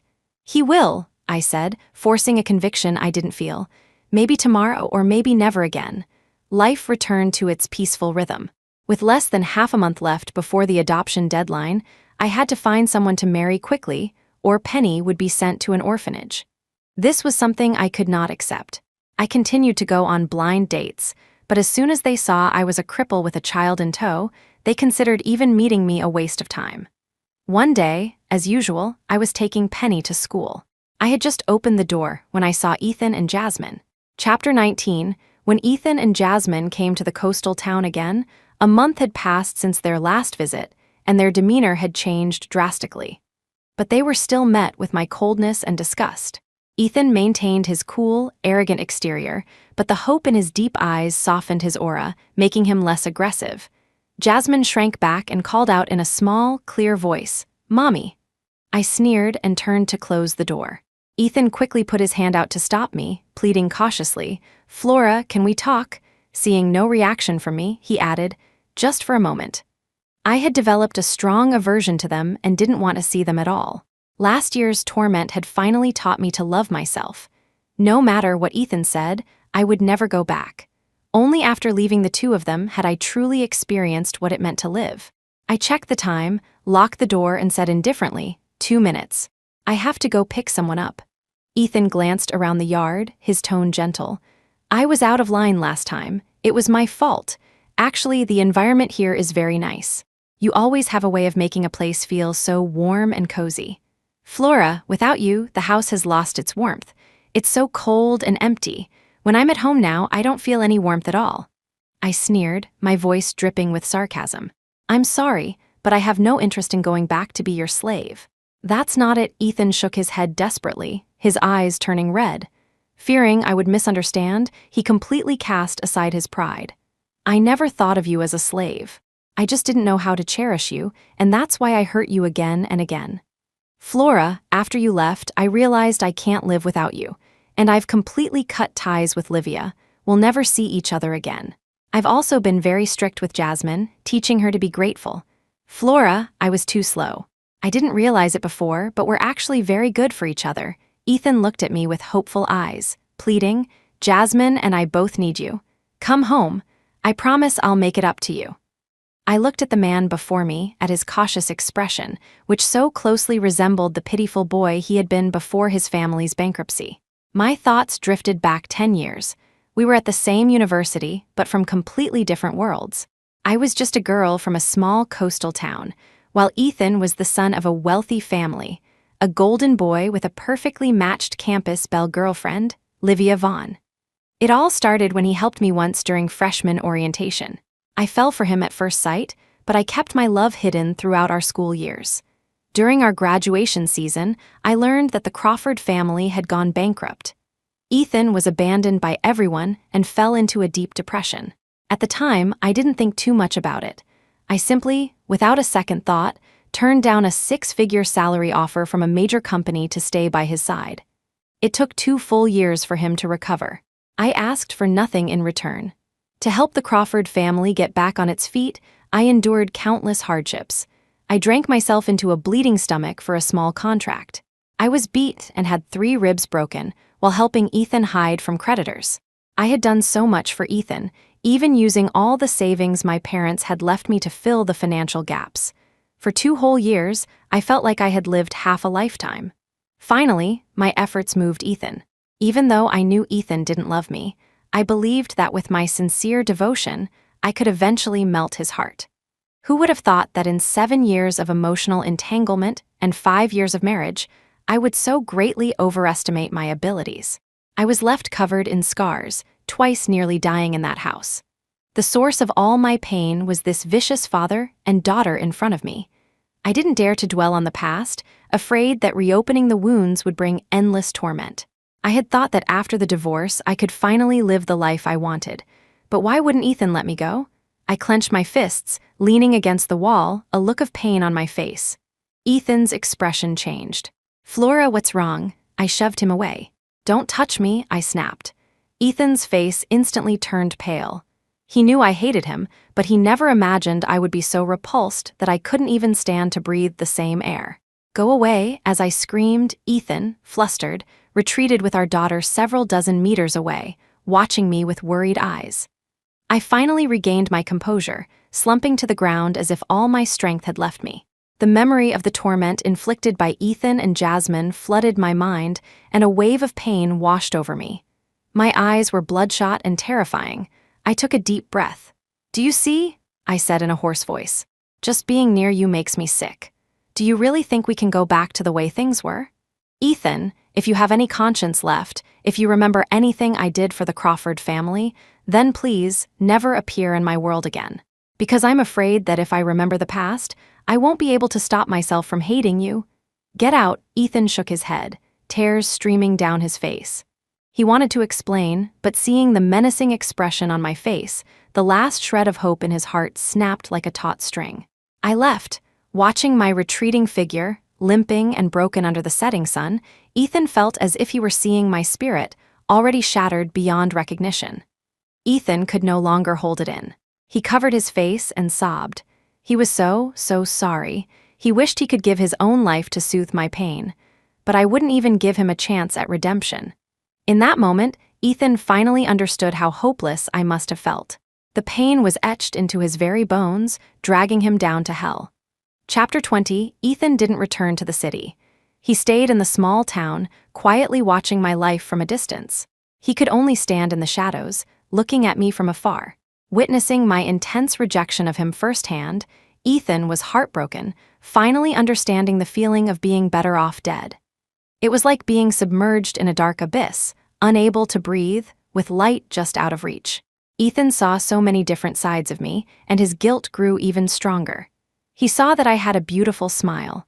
When I was with Penny, holding her small hand as we walked through the alleys, bathed in the sunlight, my face glowed with happiness. This was a side of me Ethan had never seen, or perhaps had once seen, but had long since disappeared. Penny's appearance had brought me great comfort. He saw that when I was working, I became a different person. My creations seemed to burst with life. My quiet, focused demeanor was far more captivating than Livia's superficial beauty. Ethan couldn't help but cry, thinking about what an amazing wife he had lost, a wife who had loved him so deeply. But that deeply loving woman was gone forever. Jasmine had become quiet. Seeing me dote on another child filled her with jealousy, and she wanted to go and reclaim her place. But she held back, remembering her father's words. They had hurt me deeply, and until they were forgiven, they couldn't be a family again. Jasmine envied Penny. She asked her father many times why he wouldn't forgive them. Ethan didn't know how to answer. He could only take his daughter and leave. He didn't dare to watch any longer, afraid he would lose control and rush up to me, telling me he knew he was wrong and begging for another chance. He knew the consequence of such an action would be losing me forever. Ethan and his daughter stayed in the small town for another 2 days, exploring every corner, trying to understand the place where I grew up, foolishly hoping to get closer to my heart. But he couldn't stay in the small town forever. He had a company to run. The day before he left, he took his daughter to a restaurant for dinner. Ethan chose a window seat. After ordering, he started telling his daughter the story of how he and I had fallen in love. Jasmine didn't understand love, but she could feel my sadness and knew that what she had done was wrong. She was also beginning to understand that her mother was not a nanny, not a waste of space. Her mother was a talented designer and a great mother, who had lost a leg to save her. She would forever be indebted to her mother. Ethan saw the clarity in his daughter's eyes and felt a bitter pang in his heart. She was finally starting to understand, but it was too late. The woman who had loved them so deeply had been pushed into an abyss by their own hands, dying on the day of the divorce. Ethan wiped away his tears and was about to pay the bill when he saw 3 people walk into the restaurant. He quickly turned his head away. It was me, Leo Vance, and Penny, walking in, laughing and chatting, looking for all the world like a happy family of 3. They chose a table on the other side of the room. It was Penny's birthday. Ethan watched them from a distance, his heart consumed with a wild jealousy. The people sitting beside Flora should have been him and their daughter, not someone else. His nails dug into his palms, staining the napkin red. He saw the special light in my eyes when I looked at the other man and knew their relationship was not simple. The thought of another man by my side in the future was like a knife twisting in his heart. Ethan was in agony, yet he was helpless. He remembered bringing his daughter back from Sanya with Livia, celebrating in the most luxurious restaurant in the city. I had been sitting at this very angle, watching my husband and daughter with another woman. How much pain and despair must I have felt then? Ethan couldn't bear to stay. He grabbed his daughter and fled in disgrace. The seeds he had sown had finally borne bitter fruit, and he had to taste it alone. Chapter 21, Leo's willingness to come back to the small town for Penny's birthday was an unexpected but pleasant surprise. After Leo had sensed my intentions and left, it had seemed like a clear statement of his position. I had no complaints. In fact, I thought it was only natural. A divorced cripple with a child in tow, even the men in this small town wouldn't have me, let alone a perfect man like Leo. But as the deadline approached, if I couldn't find someone to marry, Penny would likely be sent to an orphanage. On the way home, Penny was flushed with excitement, her two small hands holding mine and Leo's as she hummed a song she had learned in kindergarten. She was so happy. My eyes welled with tears, wondering how long this happiness could last. Penny was the light in my dark world, already a part of my life. But finding a man to marry in such a short time was an impossible task. After putting Penny to bed, I sat in the yard, staring at the lonely night sky in silence. I loved my life here in my hometown, facing the sea, waiting for the spring blossoms. If I lost Penny, I didn't know if I could go on. I thought again of seeing Ethan and Jasmine at the restaurant and frowned. I had pretended not to see them to avoid ruining Penny's birthday. I couldn't believe Ethan and his daughter were still haunting me, still trying to entangle me in their lives. I felt a wave of discomfort. I had made things clear. I had just crawled out of hell, and now they wanted to push me into another abyss. The memory of their hideous faces made my head spin. I tried various methods to calm my anxious heart, but nothing worked. I sighed and sat on the lounge chair, staring into space. I no longer lacked goals or money. I just wanted to live my happy little life at my own pace.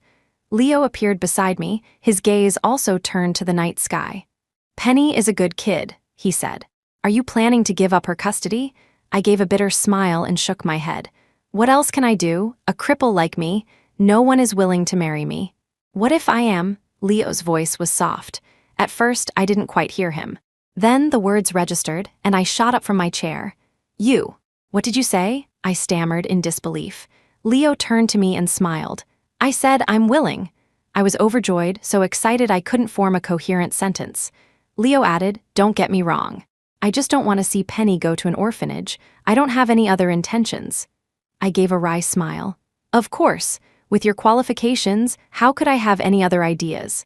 But please rest assured, as soon as the paperwork is done, I'll file for divorce as soon as possible." I stood up and bowed sincerely. "Thank you so much," I said, my voice heavy with emotion. I knew very well how much Leo was sacrificing, a man's reputation. A huge weight lifted from my shoulders. I felt a sense of relief.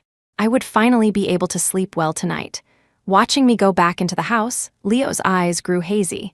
In a voice only he could hear, he whispered, "You silly woman." The next afternoon, I walked out of the city hall as if in a dream. The bright sunlight fell on the red marriage certificate. Our photo together seemed to glow with a golden light, as if blessed by some higher power. A perfect match. We spent another half-day completing Penny's adoption papers. A smile bloomed on my face, and I couldn't wait to tell Penny the good news. That evening, the three of us had a happy dinner together. I was deeply grateful for Leo's help and planned to file for divorce the very next day. But Leo received a phone call and had to leave in a hurry. The divorce would have to be postponed. I clutched the marriage certificate, standing at the door until the plane flew overhead. Only then did I come back to my senses, a wave of emotion washing over me. I couldn't believe that just 6 months after my divorce, I was married again. I was in a daze. A ridiculous thought popped into my head. What if Leo didn't want a divorce? What if we just stayed a family like this? It wouldn't be so bad, but the thought was fleeting. It was too much to hope for. I was not good enough for him, and I didn't want to hold him back. Ethan didn't know I had remarried. When he returned to the city, he threw himself into his work, trying to numb the pain, afraid that any idle moment would be filled with thoughts of me. During the day, he held a board meeting and, against everyone's objections, decided to open a branch office in my hometown. It was the only thing he could do to get closer to me. Since returning from the small town, Ethan had been suffering from insomnia. Even with medication, he would wake up to a tear-soaked pillow. After deciding to invest in the town, Ethan immediately flew back with his daughter. He hoped that his actions could win me back. Chapter 22, after I adopted Penny, life gradually stabilized. But Leo had been gone since he left, and there had been no news from him. When Penny asked about him, I didn't know what to say. Mother and daughter would sit by the sea, gazing into the distance, missing the same person. I had tried to contact Leo several times, only to realize that we had spent so little time together that I didn't even have his contact information. And Leo hadn't tried to contact me either. I felt guilty. After all, because of me, he was now a divorced man before he had ever truly been married. He must be angry, I thought, or maybe there was some other reason. Penny gradually adapted to kindergarten life and rarely mentioned her new father, though sometimes I would see her looking with envy at other children being picked up by their dads. I knew that the next time Leo came to the small town, it would be to go to the city hall to get a divorce. In this slow-paced life, time flew by. In the blink of an eye, half a year had passed. Penny had grown a little taller, her little face soft and chubby, incredibly cute.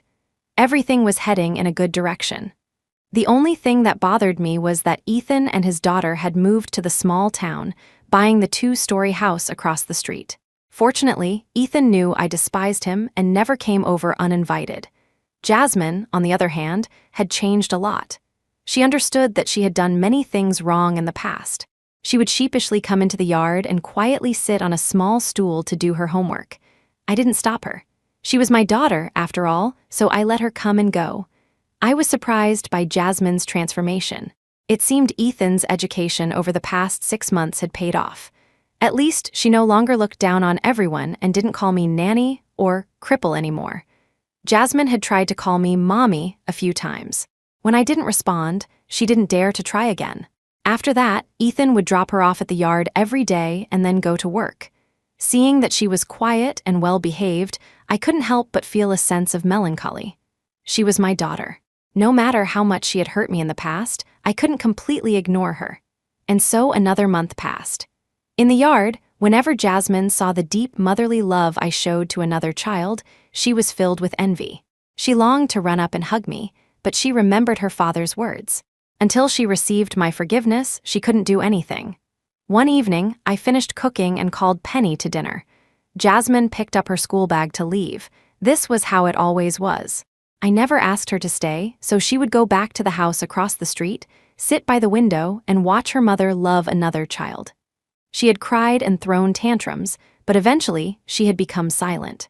At her age, the craving for a mother's love was intense. But her mother was right in front of her, yet they were like strangers. When I, for the first time, asked if she wanted to stay for dinner, Jasmine was stunned for a long time. Then, she happily rushed to the table. Jasmine held her small bowl, looking at the dishes on the table. In the past, she would have turned up her nose at them, even dumping the plate on my head. Now, after almost a year, she finally tasted her mother's cooking again. She lowered her head, shoveling rice into her mouth, tears falling into her bowl. After 6 months of being good, she could finally enter her mother's house and eat a bowl of hot food. I sighed. Jasmine, I said, maybe I can never love and care for you like other mothers. I hope you can understand that. Jasmine looked up, her face covered in tears. I know, she sobbed. Mommy used to love me so much, but I squandered it all. I didn't know how to cherish it. Now I'm just getting what I deserve. Mommy, can I come for dinner again in the future? I really miss the food you used to make. It's okay, if you don't want me to, I can just sit in the yard. I took a small cake from the refrigerator and placed it in front of Jasmine. Jasmine was stunned, her eyes filled with confusion. I smiled. It's your birthday today, happy birthday. Jasmine bit her lip, staring at the birthday cake. She could no longer hold it in. She threw herself into my arms and cried her heart out. I hesitated for a moment, my first instinct to push her away, but I couldn't bear to. I gently patted her on the back. Jasmine sobbed, Mommy is finally holding me. In the end, I couldn't bring myself to hate Jasmine. She was too young, just a tool used by others to hurt me. I could forgive Jasmine, but I couldn't be so generous with Ethan. I knew Ethan was just outside the yard. He had deliberately sent his daughter over on her birthday. His intentions were clear, but he would not get his wish. I stood up, walked out of the yard, and looked at the flustered Ethan. Let's talk, I said. Chapter 23, like a child caught doing something wrong, Ethan silently approached me. Looking at my face, it was the first time in 6 months we had been this close, yet it felt like half a lifetime had passed. For the past 6 months, he had opened a branch office in the small town, hoping to win me back. But as time went on, his determination had not waned. Instead, it had grown more intense. Ethan had wanted to come and repent countless times, ready to accept any condition I might propose. He owed me that much. He hadn't cherished me when he had me, and now even a single word was a luxury. Ethan opened his mouth, wanting to say something. I shook my head, my tone surprisingly calm.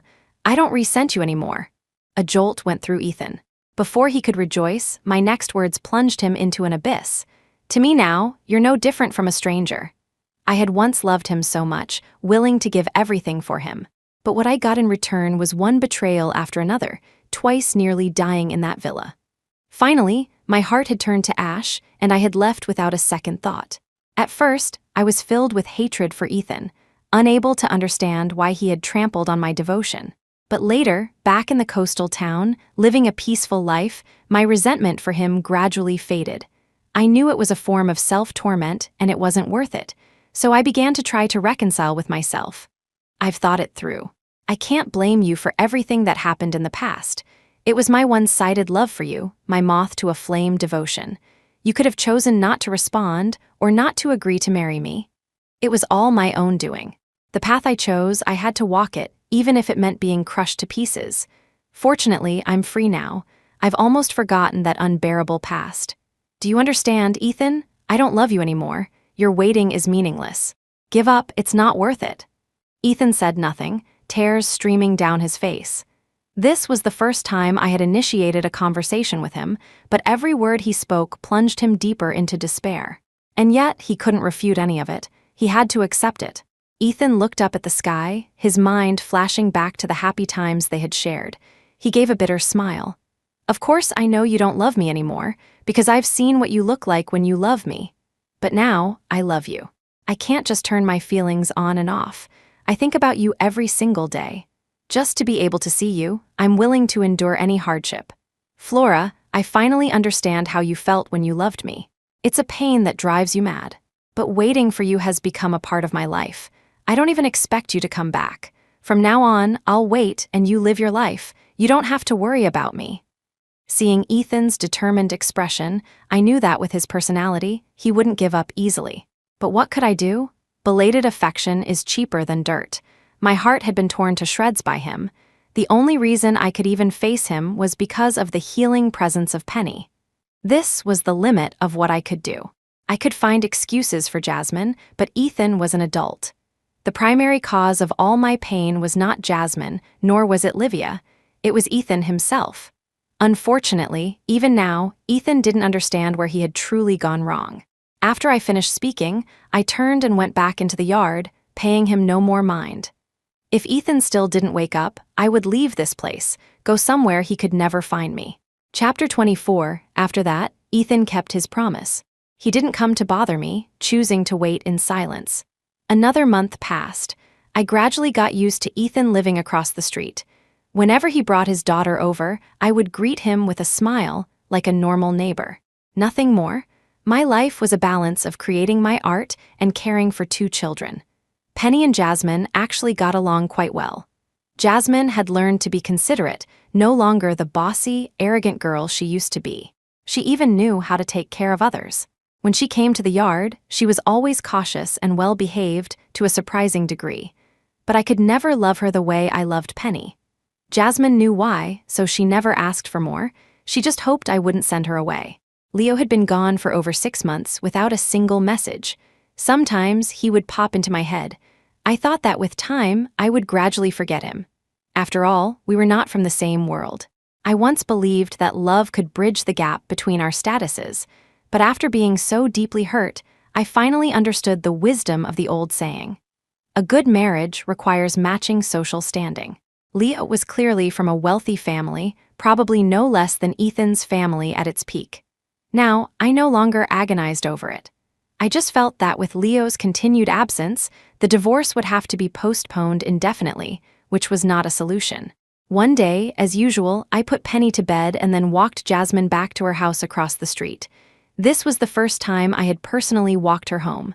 At the door, Jasmine stopped. "Goodbye, Mommy," she said in a small voice. I stroked her head and nodded. "Go on inside." Jasmine looked up, her eyes full of hope. "Mommy," she asked, "see, can I hug you?" I was taken aback but didn't refuse. Jasmine wrapped her arms around me, her small shoulders shaking as she cried tears of joy. I watched her go inside, then turned to walk back to my own yard. But just as I reached the gate, a familiar laugh came from behind me. "Long time no see." I froze and spun around. There was Leo holding a large suitcase, smiling at me. In that instant, time seemed to stop. Leo smiled. "Not happy to see me?" I snapped out of my daze and hurried forward. "Of course not, come in," I said, flustered. We walked into the yard, laughing and chatting.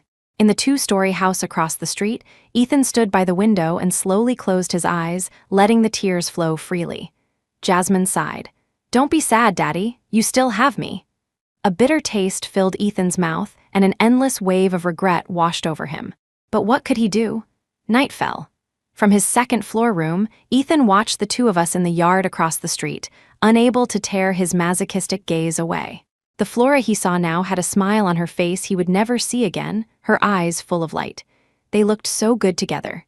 Leo and I sat in the yard, a comfortable silence settling between us. I couldn't help but ask, "Are you back to handle the divorce?"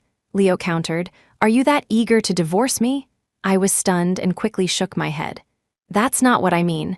I just feel bad for holding you up for so long. An early divorce would free you up to find someone else." Leo sighed. "Don't you want to know what I've been doing for the past 6 months?" I had actually been wondering, but I was too embarrassed to ask. It was his private business, after all. Leo said, "I spent the last 6 months doing one thing: expanding our market in Europe to gain enough influence so that my family can't interfere in my marriage." A jolt went through me. I vaguely sensed what he was implying but didn't dare to believe it. It seemed impossible. It couldn't be happening. Leo gave a playful smile. "So, I get to make my own decisions about my marriage." My palms grew sweaty with nervousness. Leo looked into my eyes and asked, "Do you believe in love at first sight?" Even a fool would understand. This was Leo's confession.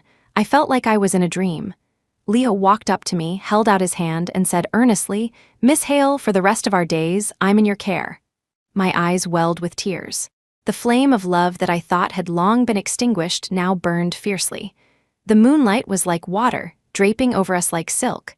A full moon hung in the night sky. Under the morning glory trellis in the yard, two figures slowly drew closer. The winter by the sea wasn't cold, but it carried a hint of chill. When winter passed and spring returned, all things were reborn. Flora and Leo confirmed their relationship. Though they were already married, Leo's words, "I'm in your care," felt like the beginning of a new chapter in their lives. After that, Ethan left the small town and never came back. Jasmine secretly told me that her father didn't dare to stay any longer. He was too jealous of my relationship with Uncle Leo and was afraid his jealousy would make him do something irrational. When I heard this, I felt nothing. Ethan was a thing of the past, unable to stir any emotion in my heart. He had probably known the outcome all along, but he just couldn't let go. From the moment I chose to divorce him and return to my hometown, it was destined that we could never go back. From that day on, we would each walk our separate paths. One day, I was walking on the beach, arm in arm with Leo. In the glow of the setting sun, a golden light enveloped us. I had finally found the right person to spend my life with, facing the sea, with the warmth of spring blossoms. This, I supposed, was happiness.